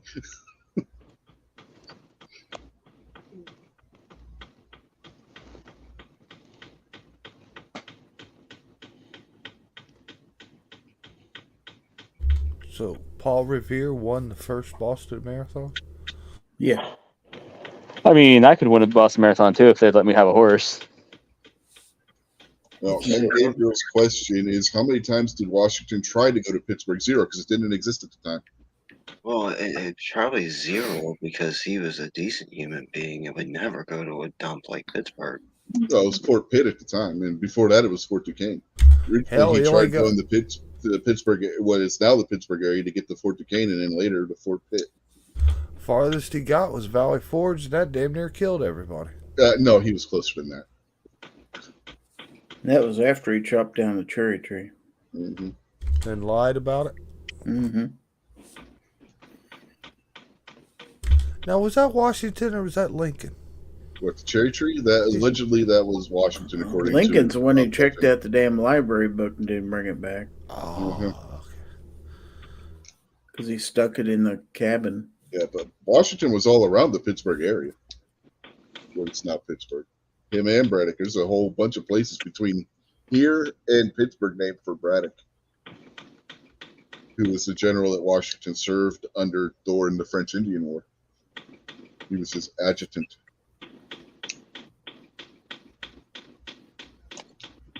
Damn boss knows what's up. Why isn't Foss in here? Foss is just pissed off about the Seattle losing the Super Bowl still. Yeah, but they lost it clean. They didn't have to get cheated to lose it. They just made a really epically stupid play call. Foss's statement reminds me of something that was kind of funny. So, if Washington was here today, he wouldn't like the Patriots. Isn't that kind of weird? Well, he'd probably be a Washington Redskins fan and probably be pissed off because they changed their name. No, he'd definitely be a Steelers fan. They changed their name twice. Let's not forget the Pittsburgh Steelers were supposed to be America's team. No, that's Until the Cowboys. Were like, the Cowboys always claim they're America's team. Yeah, No. Cowboys is American. Let's say the Steelers were originally asked to be coined as America's team, and they told what's his face that was commissioner of the NFL at the time that under no certain circumstances would we be called America's team. We are the Pittsburgh Steelers.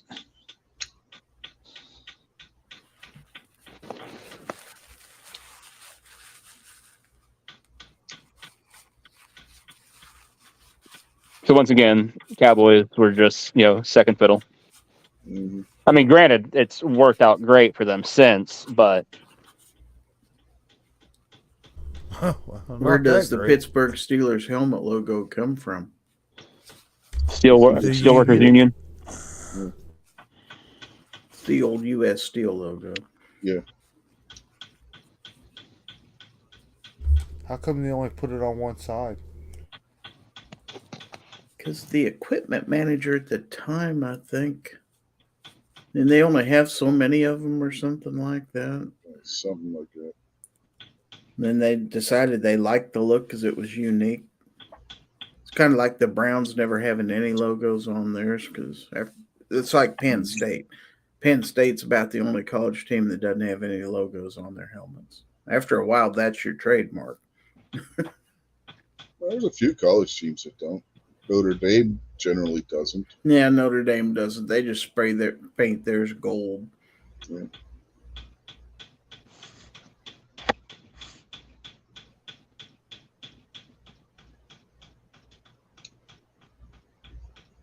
Huh, there's another good team that doesn't have a logo on their helmet. I wonder who that is.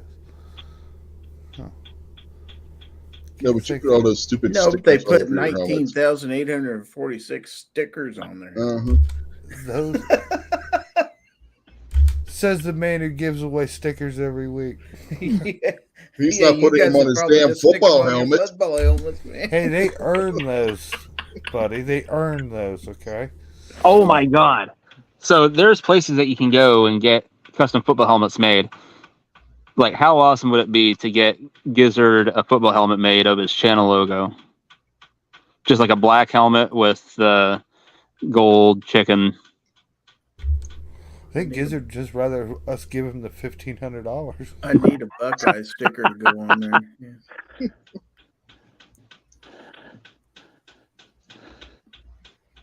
The sad part about getting a Gizzard Gary logo is they'd probably, oh, it's got a gun on it. That's terrorism.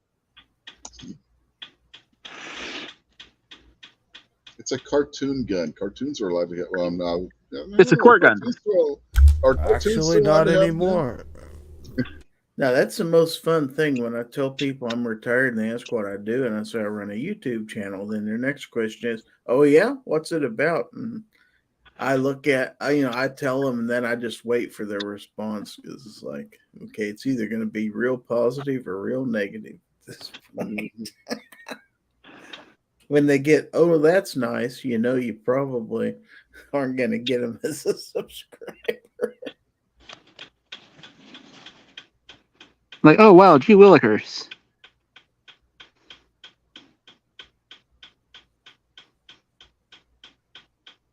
They didn't steal the logo. They had permission to use it, I'm pretty sure. Yes.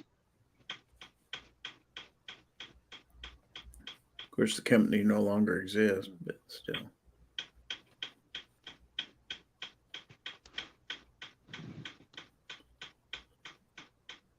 Because the original logo just had the word "steal" there, and they just basically added ERS to the end. Yep, basically that's all they did. Yep. And you can still And the find three that. colors signify something. The three things that make up steel, or Yeah, something along those lines. I read it somewhere. Yeah. And you can still find there are products that will have that logo on there. It's not that much American-made steel anymore. No.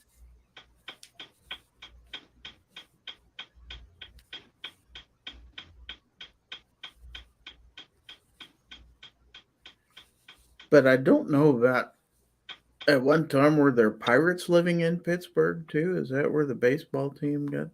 River Pirates. Oh.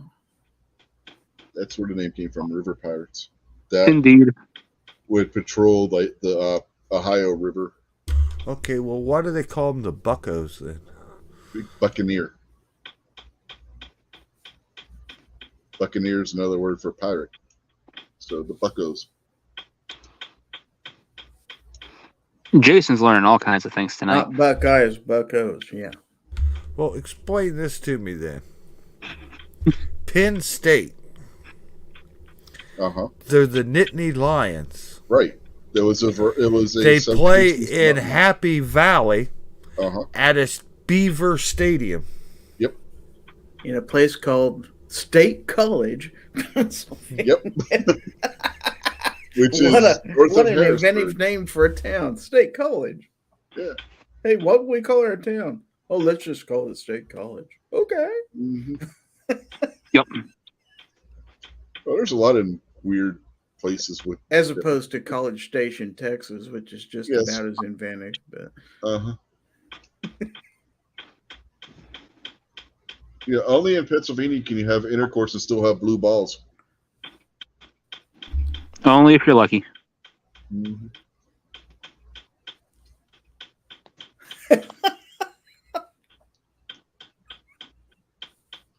wow. For those of you who do not know, intercourse and blue balls are actual names of towns in Pennsylvania. DM Foss said that I tried to buy some Pittsburgh swag once, but I didn't have a long enough criminal history, so they refused the sale. He's just bitter. He's not from Oakland originally, is he? No, he's from Seattle. Oh, okay. That way. Or at least Washington State, anyway. Which I guess, if you don't know any better, would be the Seattle area. Probably. Is that the place where Harry met Sally? Was that set in Seattle? I know wasn't Tom Hanks met Meg Ryan in Seattle? I think they were both sleepless. Yeah. You got mail. Now you guys are getting your movies and your popular culture mixed up. Tom Hanks was sleepless when he was on Epstein Island with Barack Obama. Oh. Oh, okay. Oh, yeah. The Patriot says there's a Climax, Michigan, and there's also a law in Michigan that's been passed in their house where if you use the wrong pronouns, you can be charged with a felony. Been to hell, Michigan. Isn't there a hell in Ohio, too? I don't know about that one. I don't know, but I know there's a. I don't know what it is. It's either gay sports or gay sport. Chasing. One or Holy the cow, other. bud. Yeah, gay sport or gay sport. I don't know what town that is. It's right by the river, so I really don't know. Well, you might, again, gay sports is what we call women's sports nowadays. No, those are In any training form of sports. soccer. All right. I thought soccer was a hobby.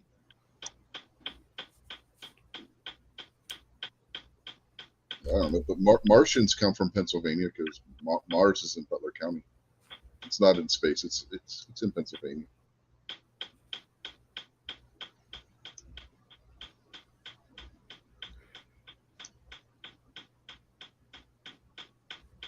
That it is. Do they make pencils in Pennsylvania too? Yeah, actually, there is a pencil factory in Pittsburgh. It's number 1, not number 2. Oh yeah, how come Pittsburgh's got penguins? Yeah. Because the nickname for the Civic Arena was the Igloo, so they tried to come up with a name that fit the nickname for the arena, not realizing that igloos are not at the South Pole. The savage monster that founded Pittsburgh was well known for raising penguins and then clubbing them in town square on Friday nights in front of little children.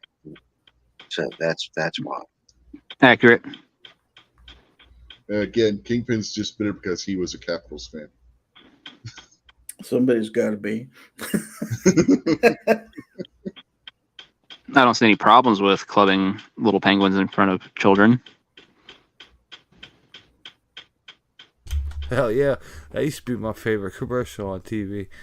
And they show those little white seals up there getting ready to get clubbed, and then ask me for $19.99 to help save them.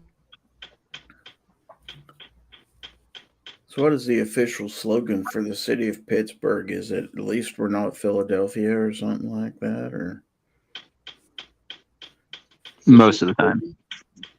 I don't think there is an official slogan. I mean, it used to be the Steel City, but the 70s took care of that.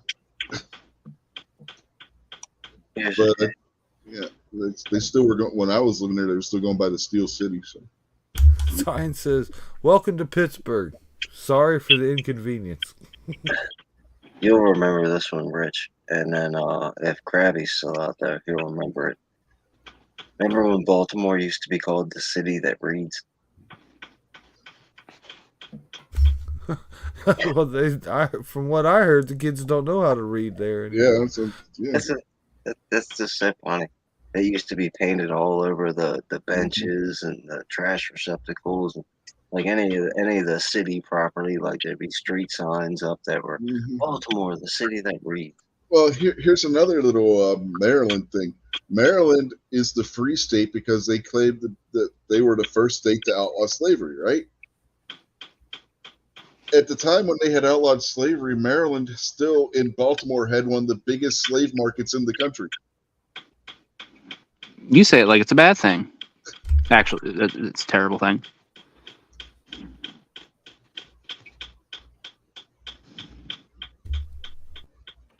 So what you're basically saying is Maryland's always been run by Democrats? Yes. Actually, that's pretty much factually true. Mm-hmm.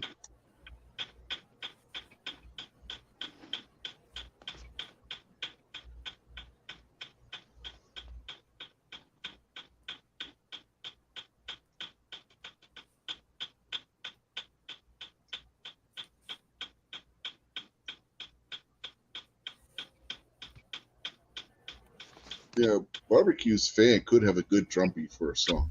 Fucking sounds like a fucking cotton gin.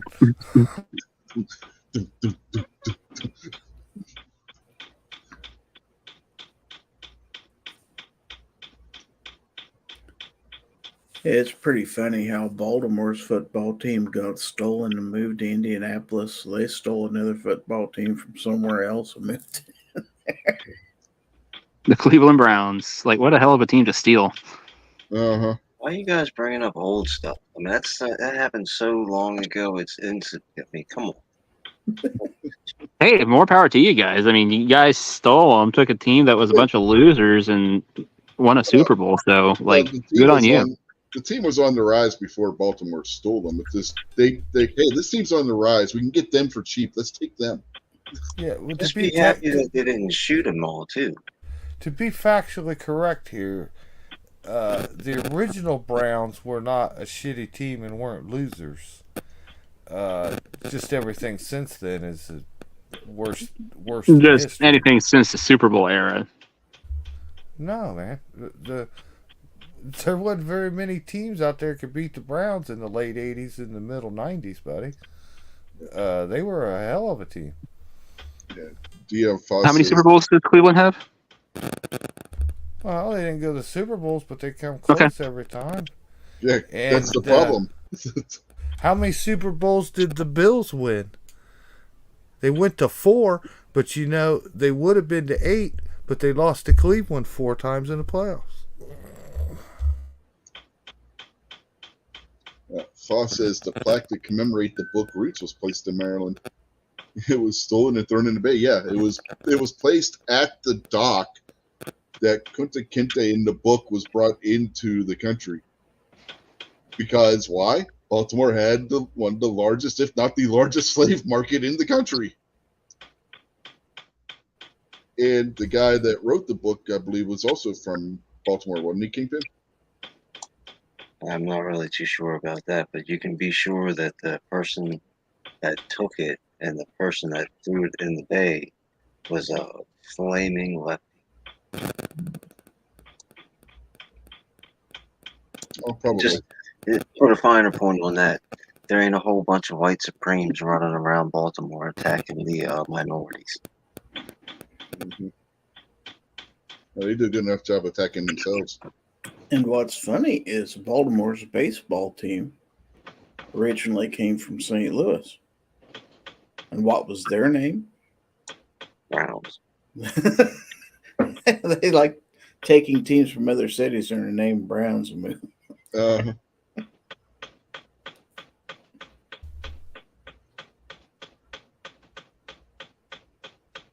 With the exception of maybe the Padres, I think every baseball team in California was stolen from another city. Maybe not the Angels. Not the Angels.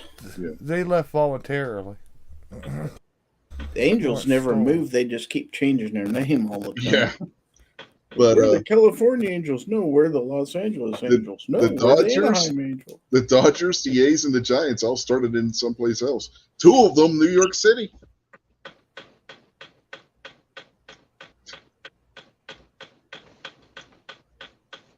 The A's started in Philadelphia. Yeah. And spent about 5 years in Kansas City. What? Kansas City prison? Pretty much. I mean, when you said he spent 5 years in Kansas City, it sounded like he did time. Well, Charlie Finley moved him there, but he never really did anything to make the team very popular. He basically would bring up young players and sell them off to the Yankees. So he was working as a Yankees farm team. And then all of a sudden, when they moved to the West Coast, he come upon some money and basically bought a nice team. Mm-hmm. Atlanta stole the Braves.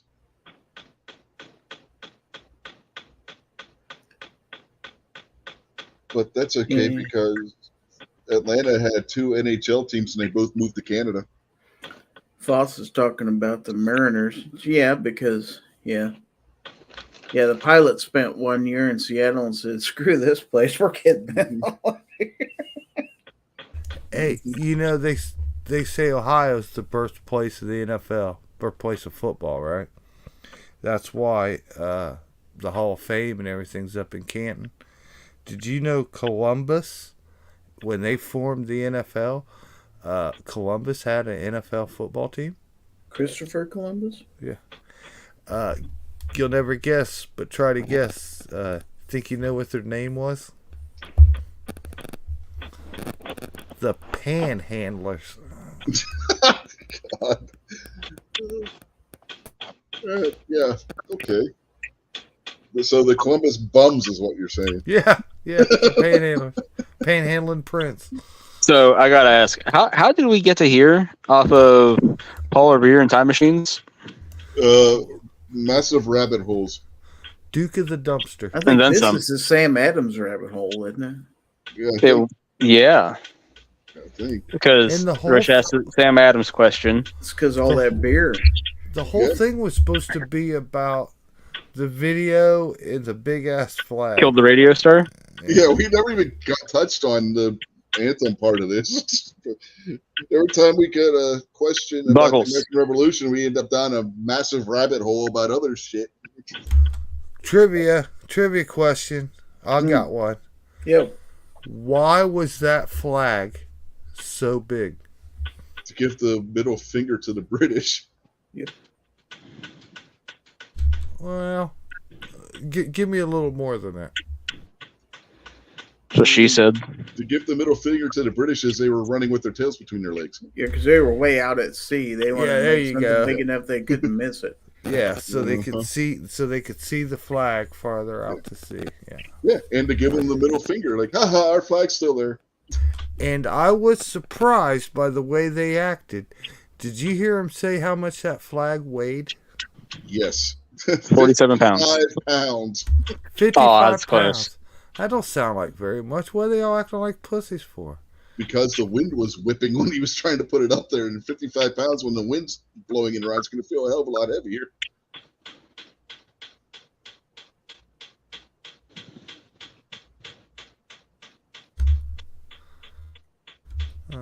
I'm glad I'm not having to do CPR to the beat of that fan. Let's put it that way. It just struck me that a guy made millions of dollars by doing dirty jobs, and he's huffing and puffing and complaining about a 55-pound flag. Sorry, Gizzard. So a few weeks ago when my mother had her heart attack and she went to pick up my dad first, I kept telling her, if you really think you're having a heart attack, you should just go to the hospital. She's driving to get my dad. So I pulled up Bee Gees, Staying Alive on my phone. She's like, what the hell are you doing? I was like, I'm getting CPR music ready. She's like, that's not funny. It's like, I'm pretty sure you don't want me singing this while I'm doing chest compressions. Whether you're a brother, whether you're a mother, you're staying alive. But then it got better because that's like, I was like, just be glad right now it's me with you and not your other son. I was like, because if it was him, I was like, you would definitely be a goner because he would just give you an arrhythmia at best, as like, because he has no rhythm at all. So if he tried to, do the 100 beats per minute to the song, that's not going to work out at all. So that's not funny. And then my mom was like, and don't let your dad do it. I was like, oh yeah, I'm sure he has no rhythm either. She's like, not only that, but he had to do chest compressions on your grandfather and he died. I was like, good point.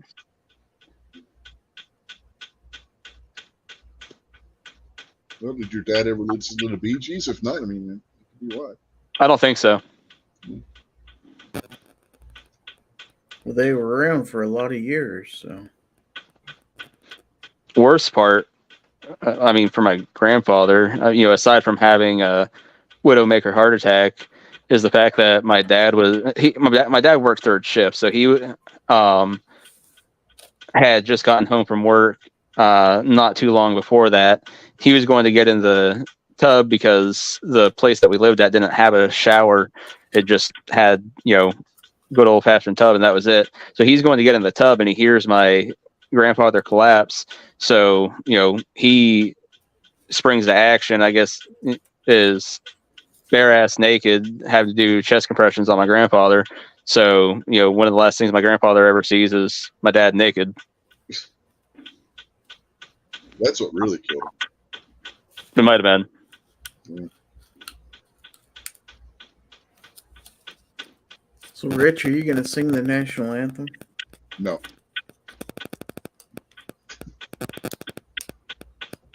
I cannot hit those notes. Because as soon as you say, Jose, can you see, you're going to piss barbecue off right there, No, it'd be if he said Josie, can you see? No, you pronounced that wrong. I thought it was Jose. It is. Yeah, who was Jose? Didn't he the jalapeno on a stick? It was Jose Canseco. I remember him. Jose Cuervo. He was a friend of mine. Did I ever tell you about the time that I met Jesus at Capitol Building Supply down in Maryland?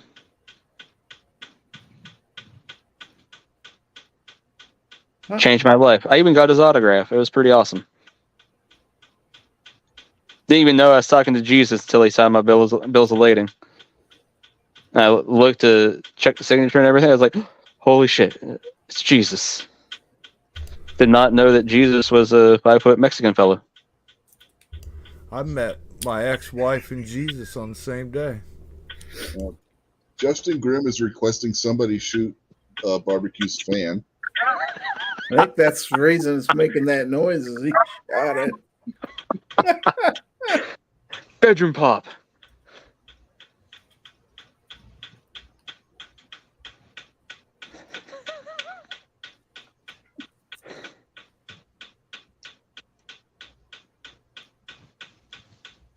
So any other trivia questions you got for us, Rich? I think I just need to put a little oil in that fan. I need something. It's got a lifter tapping in it.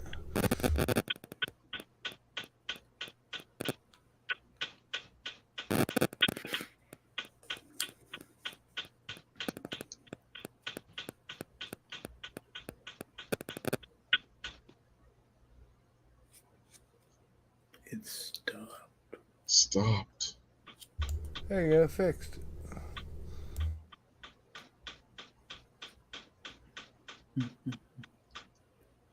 You're gonna have to find some music that matches that beat. Uh-huh.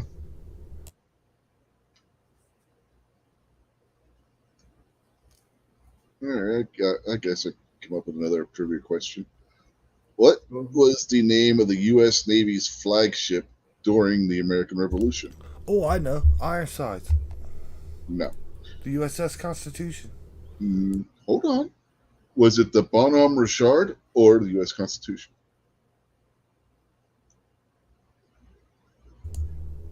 Like I said, old Ironsides. Okay, Jason's saying the Constitution. Gary, which one do you think it was? The other one. All right. Barbecue? You said the flagship? Yes. Constitution. Kingpin? We still have the ship. What's the question about a flagship? What was the flagship of the United States Navy during the American Revolution? Was it the Bonhomme Richard or the USS Constitution? I don't know. I've never heard of Ricky Ricardo before, so I'll go with the Constitution. What's up, G23? And Gary's the only one that got it right. It was the Bonhomme Richard. The Constitution was not in service until the War of 1812.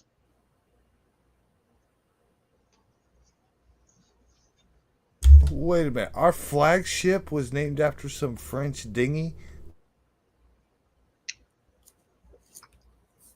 Something like that. Well, they probably paid for it. So I Like, we just didn't have clocked. the Nimitz or the Enterprise or the No, Hornet and or none of that shit? Nope, and the leader was the bassist for Led Zeppelin.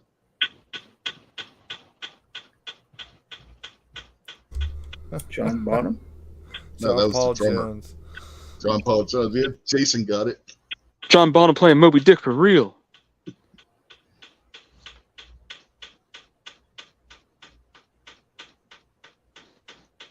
So I just clocked the ticks in my fan. It's about 200 per minute. I was just thinking, John Bonham could have never been a founding father. You know why? He couldn't hold his liquor. Yeah, Patriot got the right answer too, by the way, for the boat. I always wondered about sailors talking about Davy Jones's locker and stuff like that. You know, how did they know about the monkeys and stuff like that? Yeah, right. Time machines. That got to be.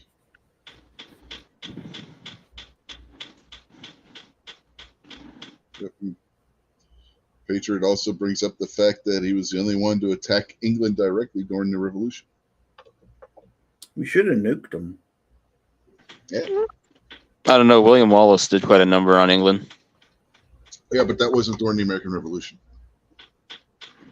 Hell, Mel Gibson kicked their ass pretty good too. A couple Yeah. times. I know what you meant, Patriot. That's why I said directly attack England. That's why I chose Benjamin Martin.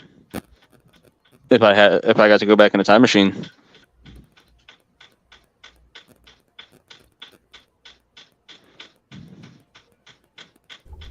If you could turn back time. Find a way. Mm-hmm.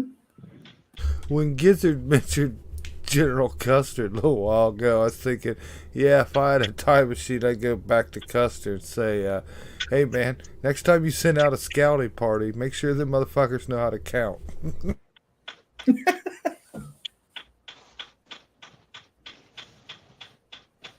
How many toes do you have? 9. Okay, that explains a lot. All right. You guys were talking about the Constitution. Do you guys know what class of ship the Constitution is? A Boston whaler. No, hold on. Is it a Frigate. a destroyer, or a cruiser? I already said frigate, I know you said frigate, but gotta get the other guys a chance to answer too. but I didn't even need the choices. It's a wave Yeah, but runner. they all. I win. No, you don't. Shut up. It doesn't work that way.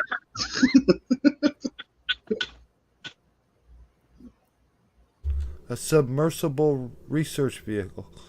No, because it didn't just get destroyed. It's still sitting there. It's the oldest commissioned ship in the fleet.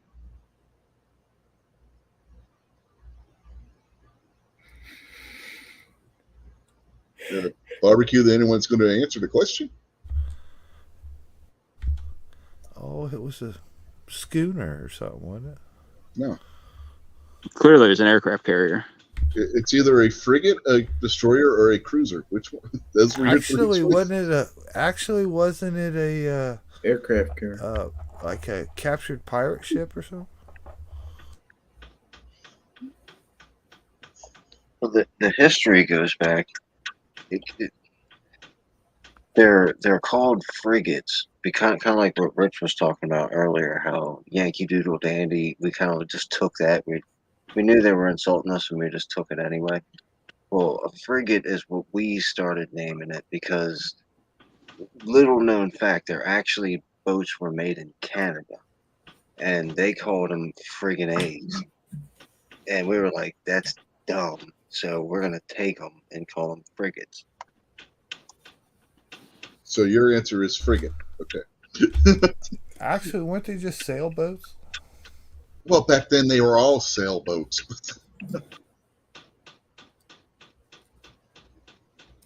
I figured somebody wanted to know what to name the ship, and they said, we can't think of anything. Frigate.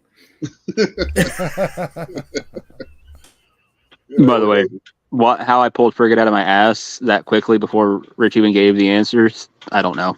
Kind of like you pulled Cheetos out of your belly the button, I imagine. The Constitution was or is a frigate. It's a 3-mast schooner.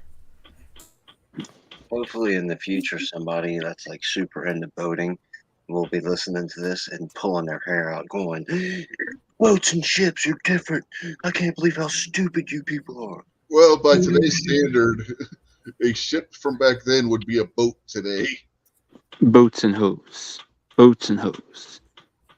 Gotta have me my boots and hose. A good general rule of whether it's a boat or a ship, and this comes from somebody I knew who was in the Navy, if it fits on the deck of an aircraft carrier, it's a boat.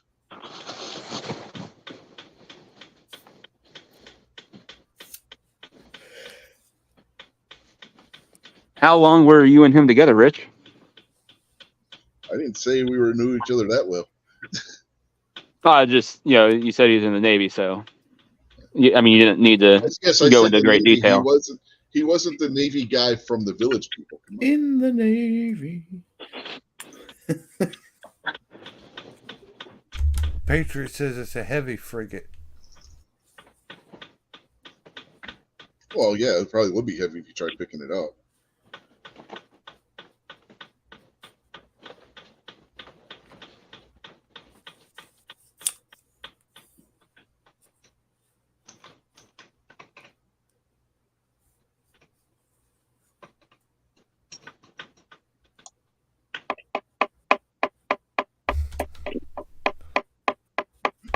Somebody take that hammer away from that kid.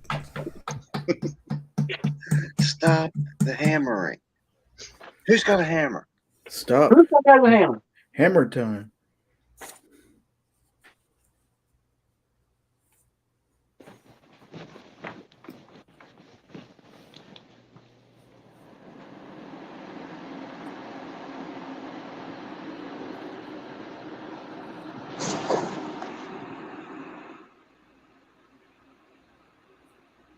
Now he's crossing the highway.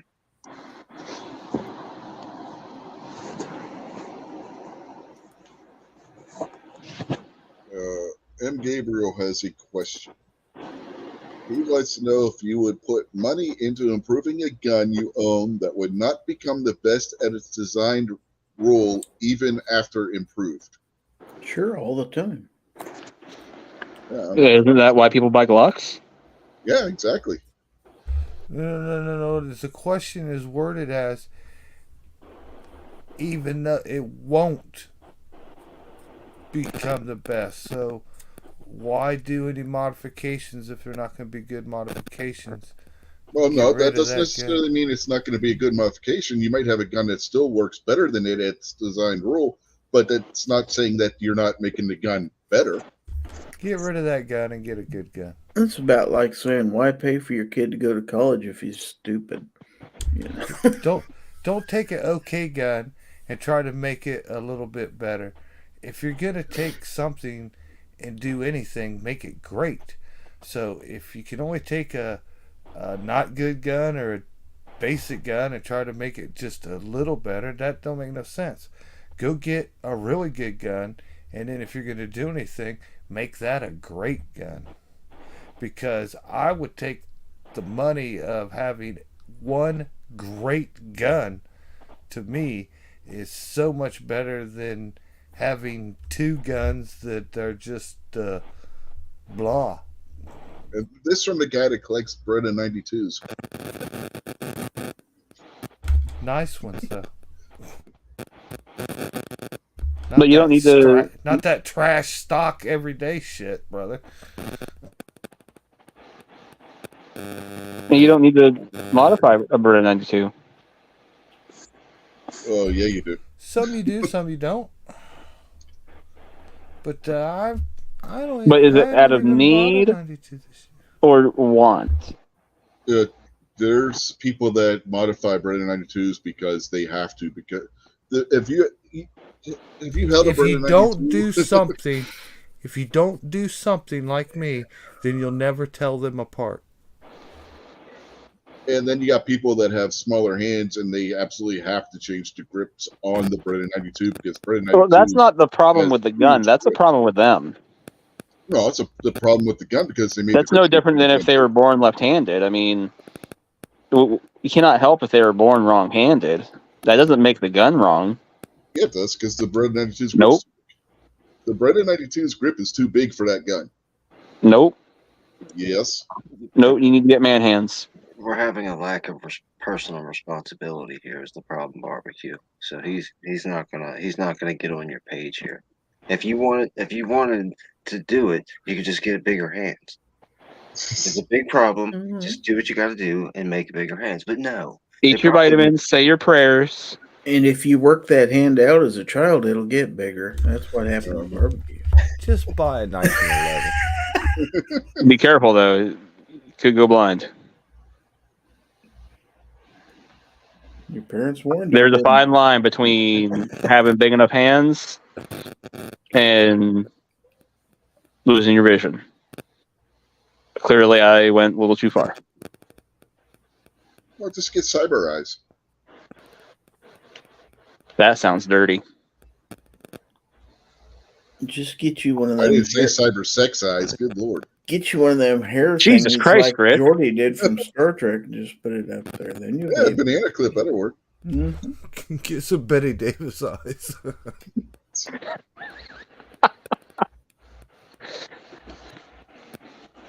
His hair isn't Harlow gold though. if you follow Patriot around long enough, one of those midgets is bound to lose an eye. Uh-huh. Well, is Jim Gabriel going to tell us what gun? I'm just saying, you do what No, you want to. no, he was just throwing out a hypothetical. I was going to say, I mean, like if you really wanted a Corvette, would you buy a Chevette and put money in a Chevette? Or would you just go get the Corvette?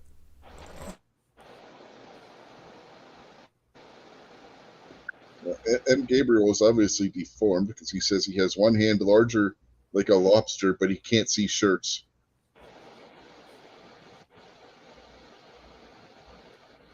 That's a shame because there's a lot of really cool shirts out there. I know, right? I know.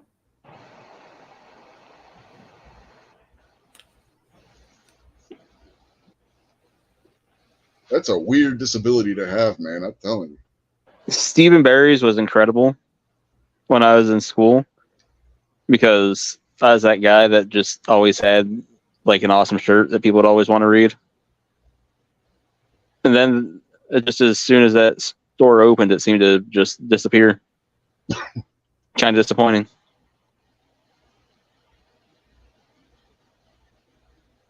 There was Yeah, we had a pretty cool Stephen Barry's around here, and I don't know, maybe a month later it was gone. there was a little store downtown Pittsburgh. It was owned by a bunch of Indians, and they sold all the heavy metal T-shirts and stuff. That's where my friends and I always went and got our T-shirts. Remember the shirts from the mid '80s, man? I don't know what you call them, but they were like middle sleeved. They wasn't long sleeved. They wasn't short sleeved. They was like middle sleeved. You mean like a baseball shirt? Went down to your elbow. You get like the shirt would be white. You'd have like black sleeves, and shirt. Def Leppard Pyromania on it or something. You know? Yeah, those were called baseball shirts. Baseball shirts. Yeah. They need to bring back the baseball shirts. Those were based on the shirts that baseball players would wear underneath their jersey. Honestly, baseball shirts would probably make a huge comeback if somebody did that. Just with all the quote-unquote retro shit that is already in style. Mm-hmm. Yeah, but those started becoming a big thing, I think, in the 70s. Still. Yeah.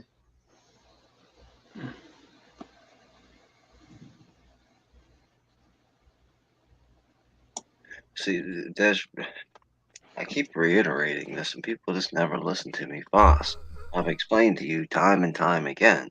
Rich doesn't care about his audience. That was we briefly talked about it. Talked about what? The Star-Spangled Banner and I thought it was about Fort McHenry and all that. We briefly touched on it at some point. I remember. Whoa! What are you touching on? No, nothing. Not Springer like Spaniel. I'm gonna say you got a friend in the Navy. You're touching on stuff. What's going on here, Rich? This isn't CNN. Okay, there's no Jeffrey Toobins here.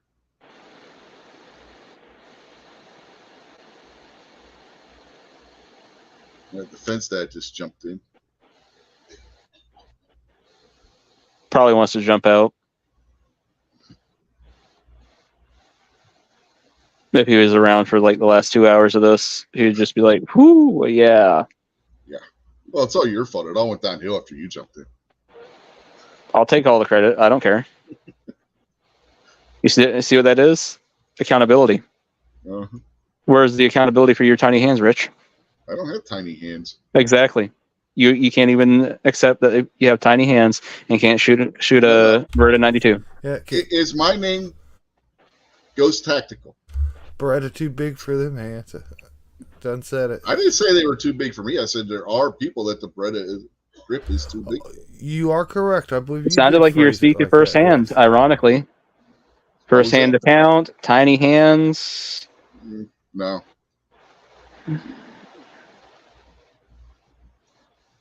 None of this would have happened if you hadn't deceived us all at the very beginning with false hopes of trivia. I never said there was trivia. That was Jason that came up with that. I feel like you probably should have just sent Chris from the 740 an invite into the show in the first place. Chris hasn't been out there. So this could have kept the whole show on track the way it's supposed to be, but no. No. You've obviously never been in chats on here when Chris has jumped in. That's funny. I just noticed you spelled Star-Spangled Banner wrong. You put the What? It's the STE. Spangled Banner. With the Cocker Spaniel. That's funny. Good catch, Fox. You know, it's a side tangent, but staying on the same topic. The sad thing about my channel is I think it's been twice now that Guns and Barbecue has pointed out misspellings. It was like, "Hey, man, you spelled your title wrong." And I'd be like, "Crap, the blind guy's corrected my spelling." I know, right? What the hell? Well, Snobby is out there. Snob's out in the chat. He wasn't good enough to show up for Gary's show, but he showed up for mine. He heard us talking about your small hands, and he was like, we're going to go check this out.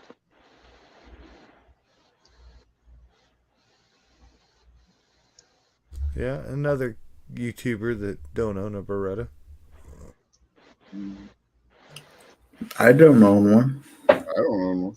I used to own one, but then I sold it to get something else. I need to get another one though. I miss my So Beretta. get a good gun. Oh, I'd like to get a 96 though, but at the same time, I'm not a big fan of 40. But it'd probably be better in 96 than the SD 40BE that I had it in. So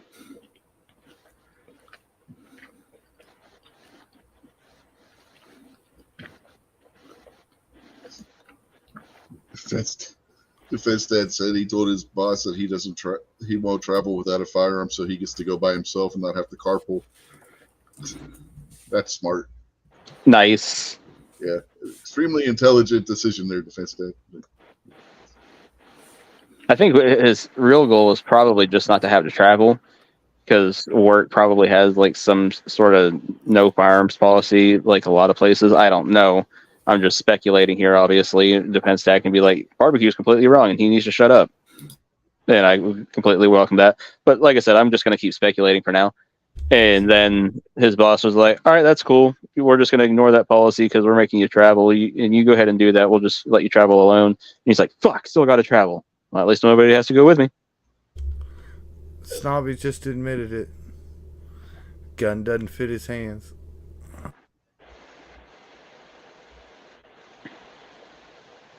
Yeah, but that's because he doesn't have opposable thumbs. Like Rich has opposable big toes. Not quite. Well, what do you need thumbs for? so you have web feet too? No. Let's say, did nobody ever tell Rich about that episode of Foul Territory where we mentioned his opposable big toes? Huh? And because he wasn't in there? He doesn't remember. Dude, I generally avoid chats about. I try to forget a lot of my shows. Let's say, I think it was when Rich went to the Great American Outdoor Show this year, so he wasn't able to be in Foul Territory. So Snob, Obi, and myself were, ripping on him pretty well all night.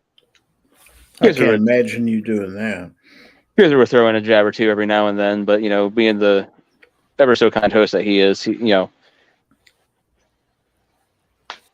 But something was said about your opposable big toes, Rich. You should go back and try and catch that episode sometime. It was great. Yeah, I'm gonna have to watch it too because I think I missed that comment. And the best part was, I remember, I think it was Obi even said, like, watch, Rich not even going to watch this show. He'll never even know this was said. You blame him? I don't watch my show either. I feel like if Rich really cared about you, Gizzard, and the ongoings of your show, he would go back and watch and replay. I don't watch Wrestling Unloaded. Not many people do. At least you got the name right, Gary. The co-host for the show doesn't even get the name right. Oh, there's a dig at Mystic out there. Yeah, you should ask Mystic how her day is going. Sometimes I'm conflicted on Wrestling Unloaded because I'll be out in the text chat and I'll be like one of two people. But then I'm like, I have an invite to go onto the panel. But then that will just leave one person out here. It's kind of nice being out in the text chat because obviously you can sit and listen. It's like they don't give a damn if there's anybody out here in the chat. They're just talking to themselves. Yeah, basically. But no, we get a lot of people to watch that in the replays. Yeah. Don't show the wrestling. It'd be more fun if you did. Well, we ain't allowed. That would be a sure copyright right there. Like when Jason tried showing Emmett Otter. Well, at least he didn't disappoint.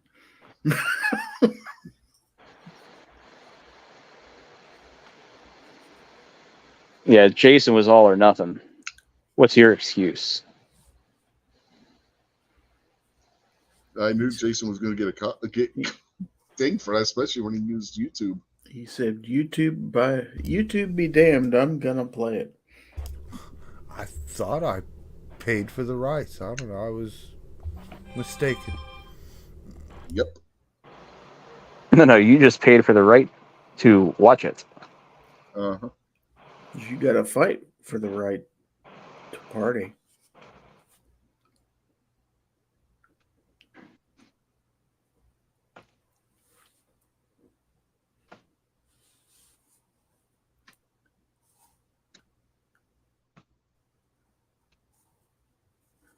Yeah, Mystic's Dave kind of came to a quick stop, let's just say. That doesn't What? sound good. Is her Jeep okay? Parts of it are okay. Oh no. Yeah, it definitely doesn't sound good. Mm-mm. Was Snob driving? She No. okay? I think so. I don't know the details, but I don't recall her being injured being mentioned. Was her ego injured? Well, I'm sure. Well, we're very sorry to hear about that, Mystic. We hope that your well-being is in good shape and that your self-esteem is only mildly bruised. I'm more worried about the Jeep because, if it wouldn't have been for her Jeep, I'd have never got my Jeep because that's kind of where I got the idea. Well, that's why I immediately thought of that, just because I knew that that's why you had got your Jeep, and you just said it came to an abrupt stop or whatever, and I just was like, was she in an accident?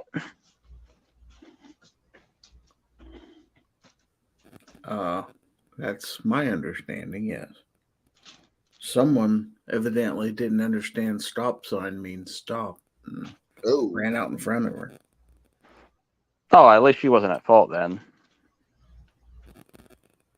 Oh. I was thinking like she rear-ended somebody or...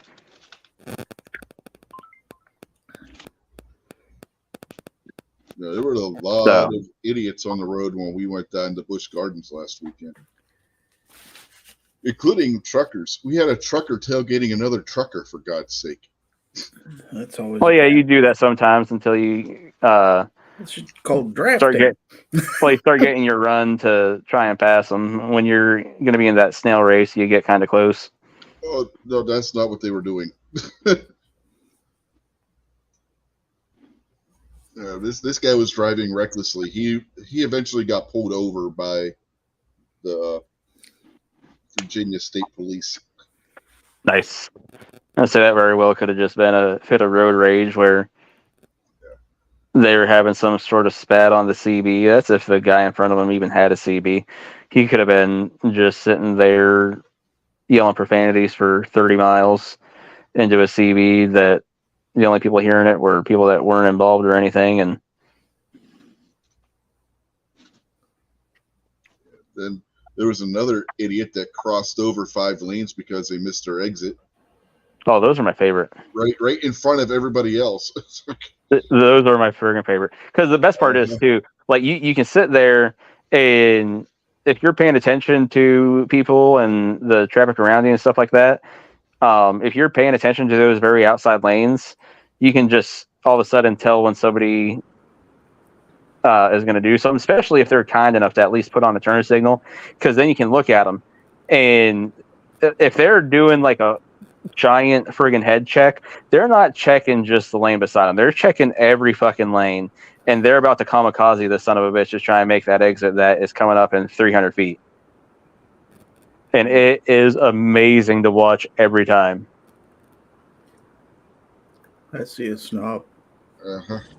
Snobby. Yo. Can you hear me? Yep. Where are you going?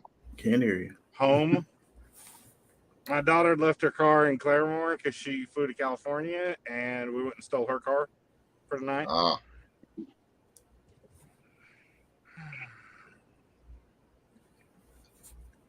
Is Stacy okay? Unfortunately. Yeah, she's out there in the chat. Yeah, Oh, be is she nice now? to her now. Well, I can't see the chat. I mean, I probably could if I had clicked some buttons, but I ain't clicking no buttons. If you can spot misspellings, you can see the chat. I literally just said I've got to click buttons to see the chat. I mean, I'm not clicking buttons. Yeah, Mr. Well, And I That didn't means- spot the misspelling of the Star-Spangled Banner. That was Kingpin. That was DM boss. Oh, see? Yes, but I'm talking about when you misspotted a kingpin spelling. What? No, that was in his video. Yeah, exactly. That's what happens, Snob. Well, starts out, they had my grandma's 95th birthday today at their house, which is just a quarter mile up the road from me. Anyways, there was literally, Braden counted the last time he counted, I think it was 80. It was 88, but I know of 4 more people that showed up. So there was at least 92 people there. So went to that. And then after that was pretty much over, she decided she was going to go to town and get a few things. And we drove my truck up there. So I just ran her home in my truck. And she got the Jeep, and I was going back up there just to talk to a few people that were left, the family and stuff that was left. Anyways, which there were still quite a few there then. But she goes to town. I go back up there, pretty much walking in the house, and she calls, and I can't hardly hear her, but she calls and said, I just had a wreck. I'm at Dog's Corner, blah, blah, blah. Come down here. Like crap. So I take off and haul butt down there, which is 2 miles from the house. So I haul butt down there. I get there. She couldn't find her phone. She was having to call me on her car because her phone got lost in her car when she hit the guy. But the guy, there's a stop sign going east and west, but on the north-south road that we actually live on, there's no stop sign. It's just a gravel road. But dude blasted through the stop sign like everybody does for whatever reason. But there's a bunch of Johnson grass growing up there, and the county hadn't mowed it. So you can't see anybody coming. So he pulled out right in front of her. She was only going about 35, and she smoked his front end and broke his tie rod end or something because his tire was locked sideways. But, yeah. And I guess she went full Karen when she got out of the car. She's like, don't you know there's a stop sign there? Or something like that. But then I think she felt kind of bad because the guy had like his 8-year-old son in his car. At that situation, I don't think that's going full Karen. That's just being pissed off and telling somebody off because they did something stupid. Yeah. So did the airbag deploy? No. You lucky. Yeah. But it really didn't even damage the fender. It scooted the fender back and got the front end a little bit and the hood. And didn't even bust the headlight. Busted a fog light. But her electric fan, I noticed, we drove it home, of course, only 2 miles, but I noticed when we got the house, I was looking at it, and it started it, you could hear the electric fan just barely rubbing in there,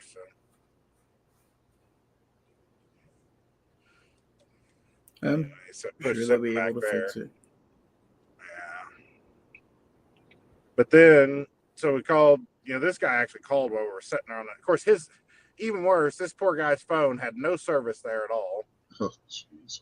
Anyway, so he ended up borrowing Stacy's phone. He called Progressive while he was there because he had Progressive insurance between the two. But he called him and told him what he did, and everything. He took blame for it and stuff. But I told her to call a trooper as soon as I hung up with her. I said, call the Highway Patrol because I didn't know if the guy had insurance or anything, and I didn't want to get screwed with it. So, anyways, the trooper came out and he didn't even work it. He's like, if you don't want it worked, basically, he just said, what do you want done? Said, whatever, just exchange information. So he did it all and typed up a little note that said, that basically the other guy admitted he was at fault and didn't stop at the stop sign. But so at least the guy didn't get a ticket, I guess, because it felt kind of bad for him. He had his little kid with him, so. Well, if the kid was carrying on and he was looking to see what the kid was doing, he may not have even seen the stop sign. The guy wasn't from that far away. I'm sure he knew that stop sign was there. Yeah, okay. Pretty sure he drives it all the time. Because he was taking his kid back to his mom. He'd had the kid for the weekend or whatever. I was taking it home. So the mom showed up there to pick up the kid finally. So this poor guy, probably dealing with a bratty little 8-year-old, gets distracted, accidentally blows the stop sign, already stressed out because he's got to go deal with his ex, then gets his front end of his vehicle just taken clean off by Stacy, and then she gets out, and then she starts reading him the riot act, and then he's like, oh my God, I'm dealing with my kid, I got to go deal with my ex, and now I get to deal with this lady too. What in the world did I do to deserve any of this? And poor guy, I felt kind of bad. He looked kind of nervous because I came hauling ass up there, basically sliding to a halt, jumped out. I'd already known by this time Stacy was okay and stuff, but Anyway, so then I go up there and look at her car. Then I just set out in her car because I'm trying to pull her dash cam. Well, then I realized her freaking dash cam got unplugged. Of I course. was like, well, I'm glad this guy's emitting everything, and everything, and I don't Uh-huh. need it. So I'm freaking making that.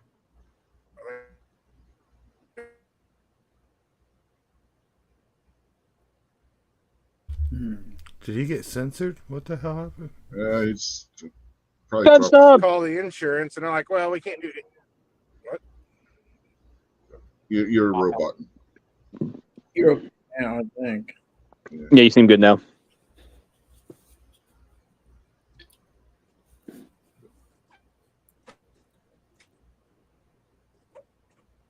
Well, he did anyway. Probably doesn't even know that anything's going on. He's just still sitting there talking. I hope he didn't run a stop sign.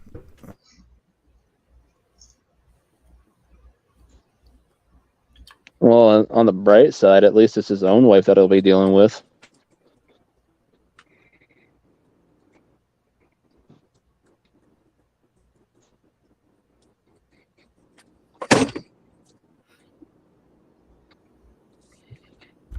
Could you imagine running a stop sign and your wife slams into your pickup truck?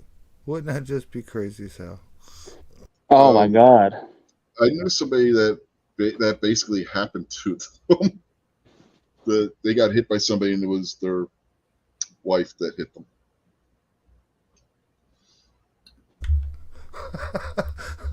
I'd fall out of the truck holding my neck. I'm suing the hell out of you.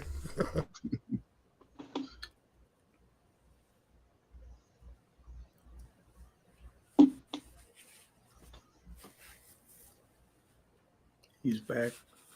You there? Snubby, can you hear me? Hello, hello, hello. Gun Snob, can you hear us?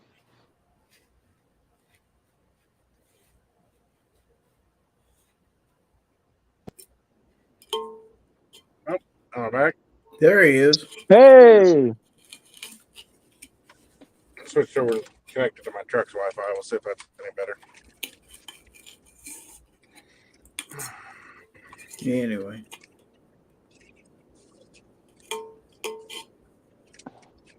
But yeah, so we called the insurance. I'm like, well, we can't get you a rental car till we talk till it gets assigned to an adjuster. So you won't be able to get one tomorrow.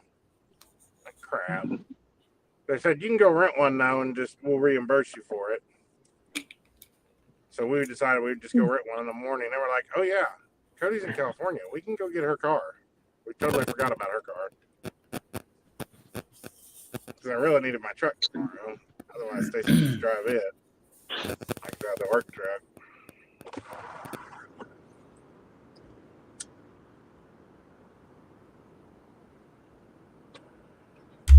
Well, I'm glad she didn't get hurt and glad the other person did get hurt. Glad the Yep. cars ain't totaled, Yep. So, I wouldn't hold your breath on that yet. It's amazing what insurance companies are totaling these days. Yeah, well, my son here a few weeks ago wrecked my grandma that had passed away's car. He was driving it and rear-ended somebody in it. Luckily, it was on my mom's insurance. But anyways, it's that 95 or whatever, 94 Chevy Caprice, whatever it was, which had 54,000 original miles. Car was great, but had very little damage to the front end, and they totaled it. Very little. Mm-hmm. what? Don't my any of you daughter's- guys know how to drive? What? No, apparently not. My Fenced son in. apparently doesn't realize that old Chevy brakes aren't like new Dodge brakes that he drives. Whenever you press the brakes, they take a little bit to stop. Those little drum brakes on those old cars, rear drums. That car is heavy. Last month, my dad totaled my mom's 13 Impala, and the estimate came in $3,000 under what the amount to total the car was. And the insurance company called my mom and said, hey, so, this is what the estimate is. This is what the car is valued at. We want to total it. She's like, what? Like, we want to total it. With the age of the car, we don't want to spend the money on repairing it and everything. We want to total it. We're going to give you the value of 2 model years newer with the same amount of miles, which the car only had like 60,000 miles on it. So they paid her as if it was a 2015 with only 60,000 miles and, you know, the whole 9 yards and blah, blah, blah. But so she ended up coming out pretty darn well from them doing that, but it's ridiculous what they're totaling out right now. They gave my mom $8,400 because it was $7,900 after, you know, her $500 deductible that they gave her for that car, and we were trying to sell it for like $5, would have taken $4, you know. Yep. And we ended up getting $79 for it. But my daughter's car, she hit a deer. When was that, Gary? In the fall, I think. Yeah, I think so. Yeah, something like that. She hit a deer, which is Stacy's old car, her 2013 Hyundai Elantra. Anyways, she hit a deer in it, and the estimate was $4,200 and some dollars. We gave $5,000 for the car. Of course, we bought it in the before times, but you know. But yeah, they it has 229,000 on it now, and they repaired it. I couldn't believe they repaired it. Wow. I was trying to buy it back. I told them I wanted to buy it back. I didn't want to total it. You know, I wanted to buy it back because it's too good of a car. It's just a damn good little car, and you can't buy nothing worthwhile now cheap. Yep. And they're like, if you really want to fix it, we'll fix it. And they fixed it. I was like, deal. That's all I want. Well, Defense Dad out there in the chat said it could have been worse. He knows a guy who was drunk driving to his high school graduation party at his house and had a head-on collision with his mother and killed her. Jesus Christ. That was my response when I read that. You'd almost have to cancel the party after that. Yeah. Wow, that is terrible. Yeah. Yeah, like, who are you going to call to bail you out? Well, Hopefully mom and dad were divorced and dad hated the mom, then he's bailing you out. maybe look at it a little different. At least he killed his own mother and not somebody else's mother. True, I guess his mother, Yeah. this is terrible to say, but I'm going to say it anyways because I'm a horrible person. His mother would have done a better job raising him. I guess he wouldn't have done it. Yeah, there's that. I'm going straight to hell for that one, too. Mm-hmm. I thought what I said was worse, so. I'm going to say you drive, I'll ride shotgun. We can just rent a minibus and, you know, head right on down that highway to hell. What sucks, though, is a whole bunch of us are fixing to go to Colorado at the end of the month, and Braden and Carson had decided they were going to drive the Jeep out there, so we had more room for everything because we're camping. But now it's not going to happen. I guarantee you we won't get it back by the 25th, and he's not 25, so he ain't driving a rental car. Yeah, and Defense Dad just threw more information out there.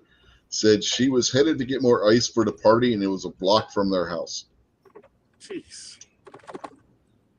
So she was facilitating it. Uh-huh.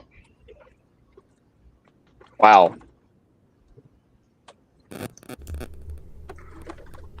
That's the nuts. Saddest tragic story I ever heard. Terrible. Oh, isn't it statistically most accidents happen within a mile of your home? I think it's like 3 miles or something, because I told Stacy that today. I was like, I always heard it was like 3 miles from your house, but I've never, there's just never any wrecks out here. Anything. I just couldn't believe it. But people always run that stop sign. You have to watch for them. Terrible. It's so grown right now. Oh, yeah, I can turn on my camera and show you right where the scene of the crime was. Oh, wait, that's my face. Must have been in the dark. Yeah, it's awful dark. And if you guys be quiet, you can still hear the echoes of Stacy chewing that guy out. Uh-huh. Son of a bitch.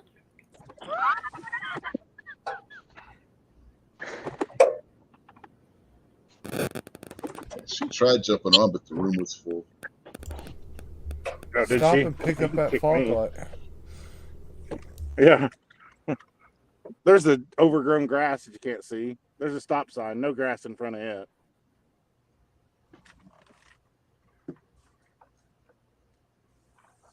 Yeah. Are those bullfrogs out where you are, or are those bullfrogs up by my pond that I'm hearing? They're probably here. That's right by a pond right there. Okay. There's a pond just across that fence.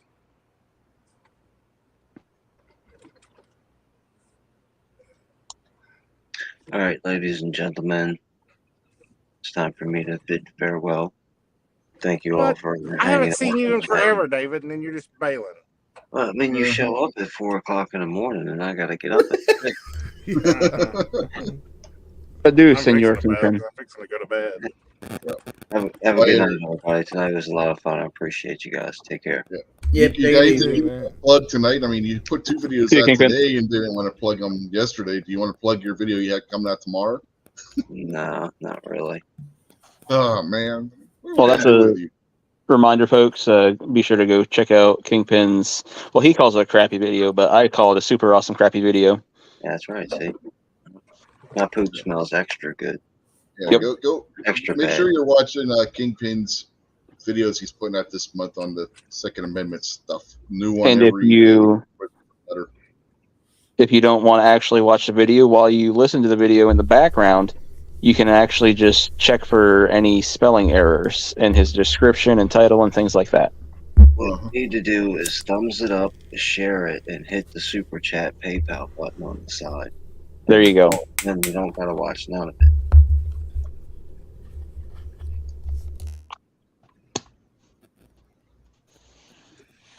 Peace out, boys. Later, David. Bye. See you, Kingpin. See you, man. Quitter. Do you guys ever just say later or queer? Quitter. Quitter. Quitter. Oh, quitter.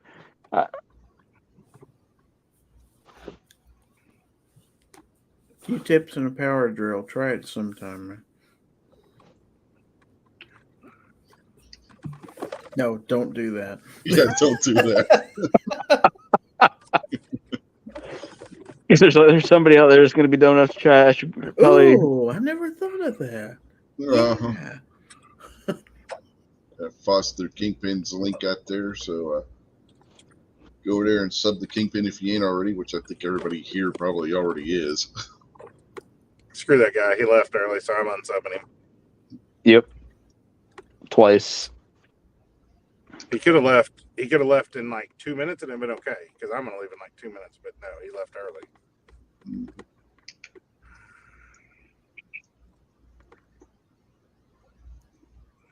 Well, at least you made it to Rich's show. This is true.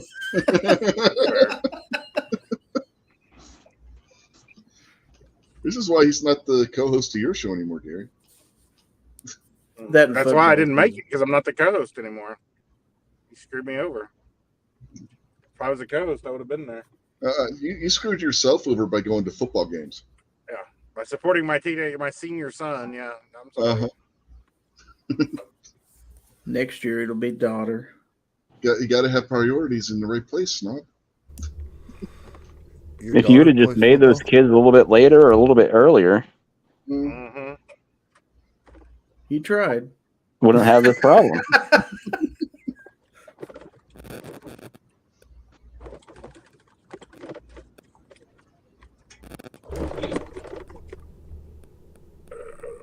Well, boys, I'm the next one to quit and bail Yeah, out. we're gonna start wrapping it up anyway because we're almost at 3 hours. Bunch of I'm half wankers. out from home, so I'm also going to. But Yeah, but you got anything you want to plug, Jason?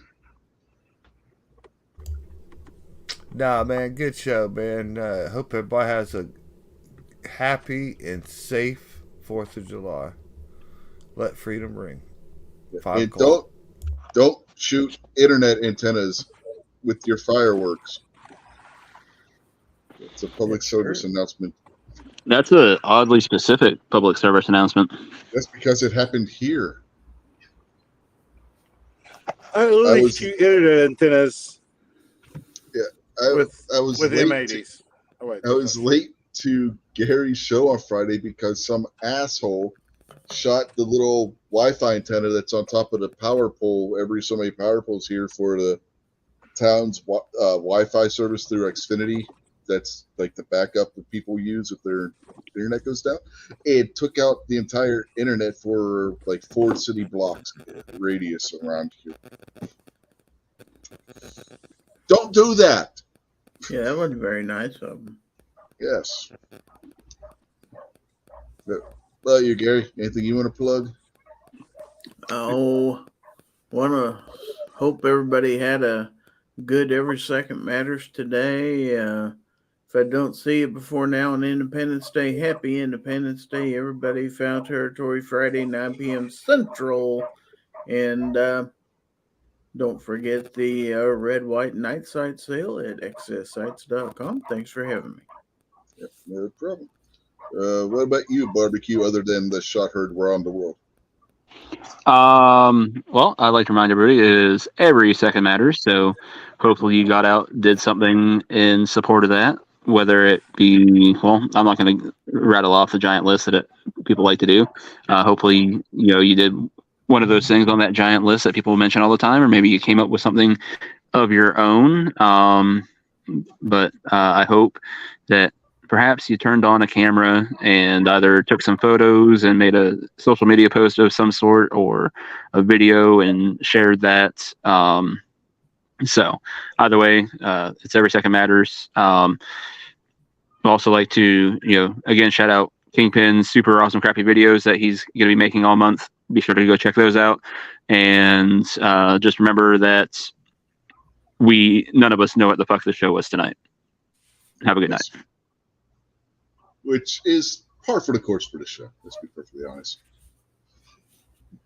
All right. Thanks for jumping on. Snobby, what about you? Stop at stop signs. That's all. Yes. Happy Independence Great public Day. service. Yes. Yes. Always stop at a stop sign, folks.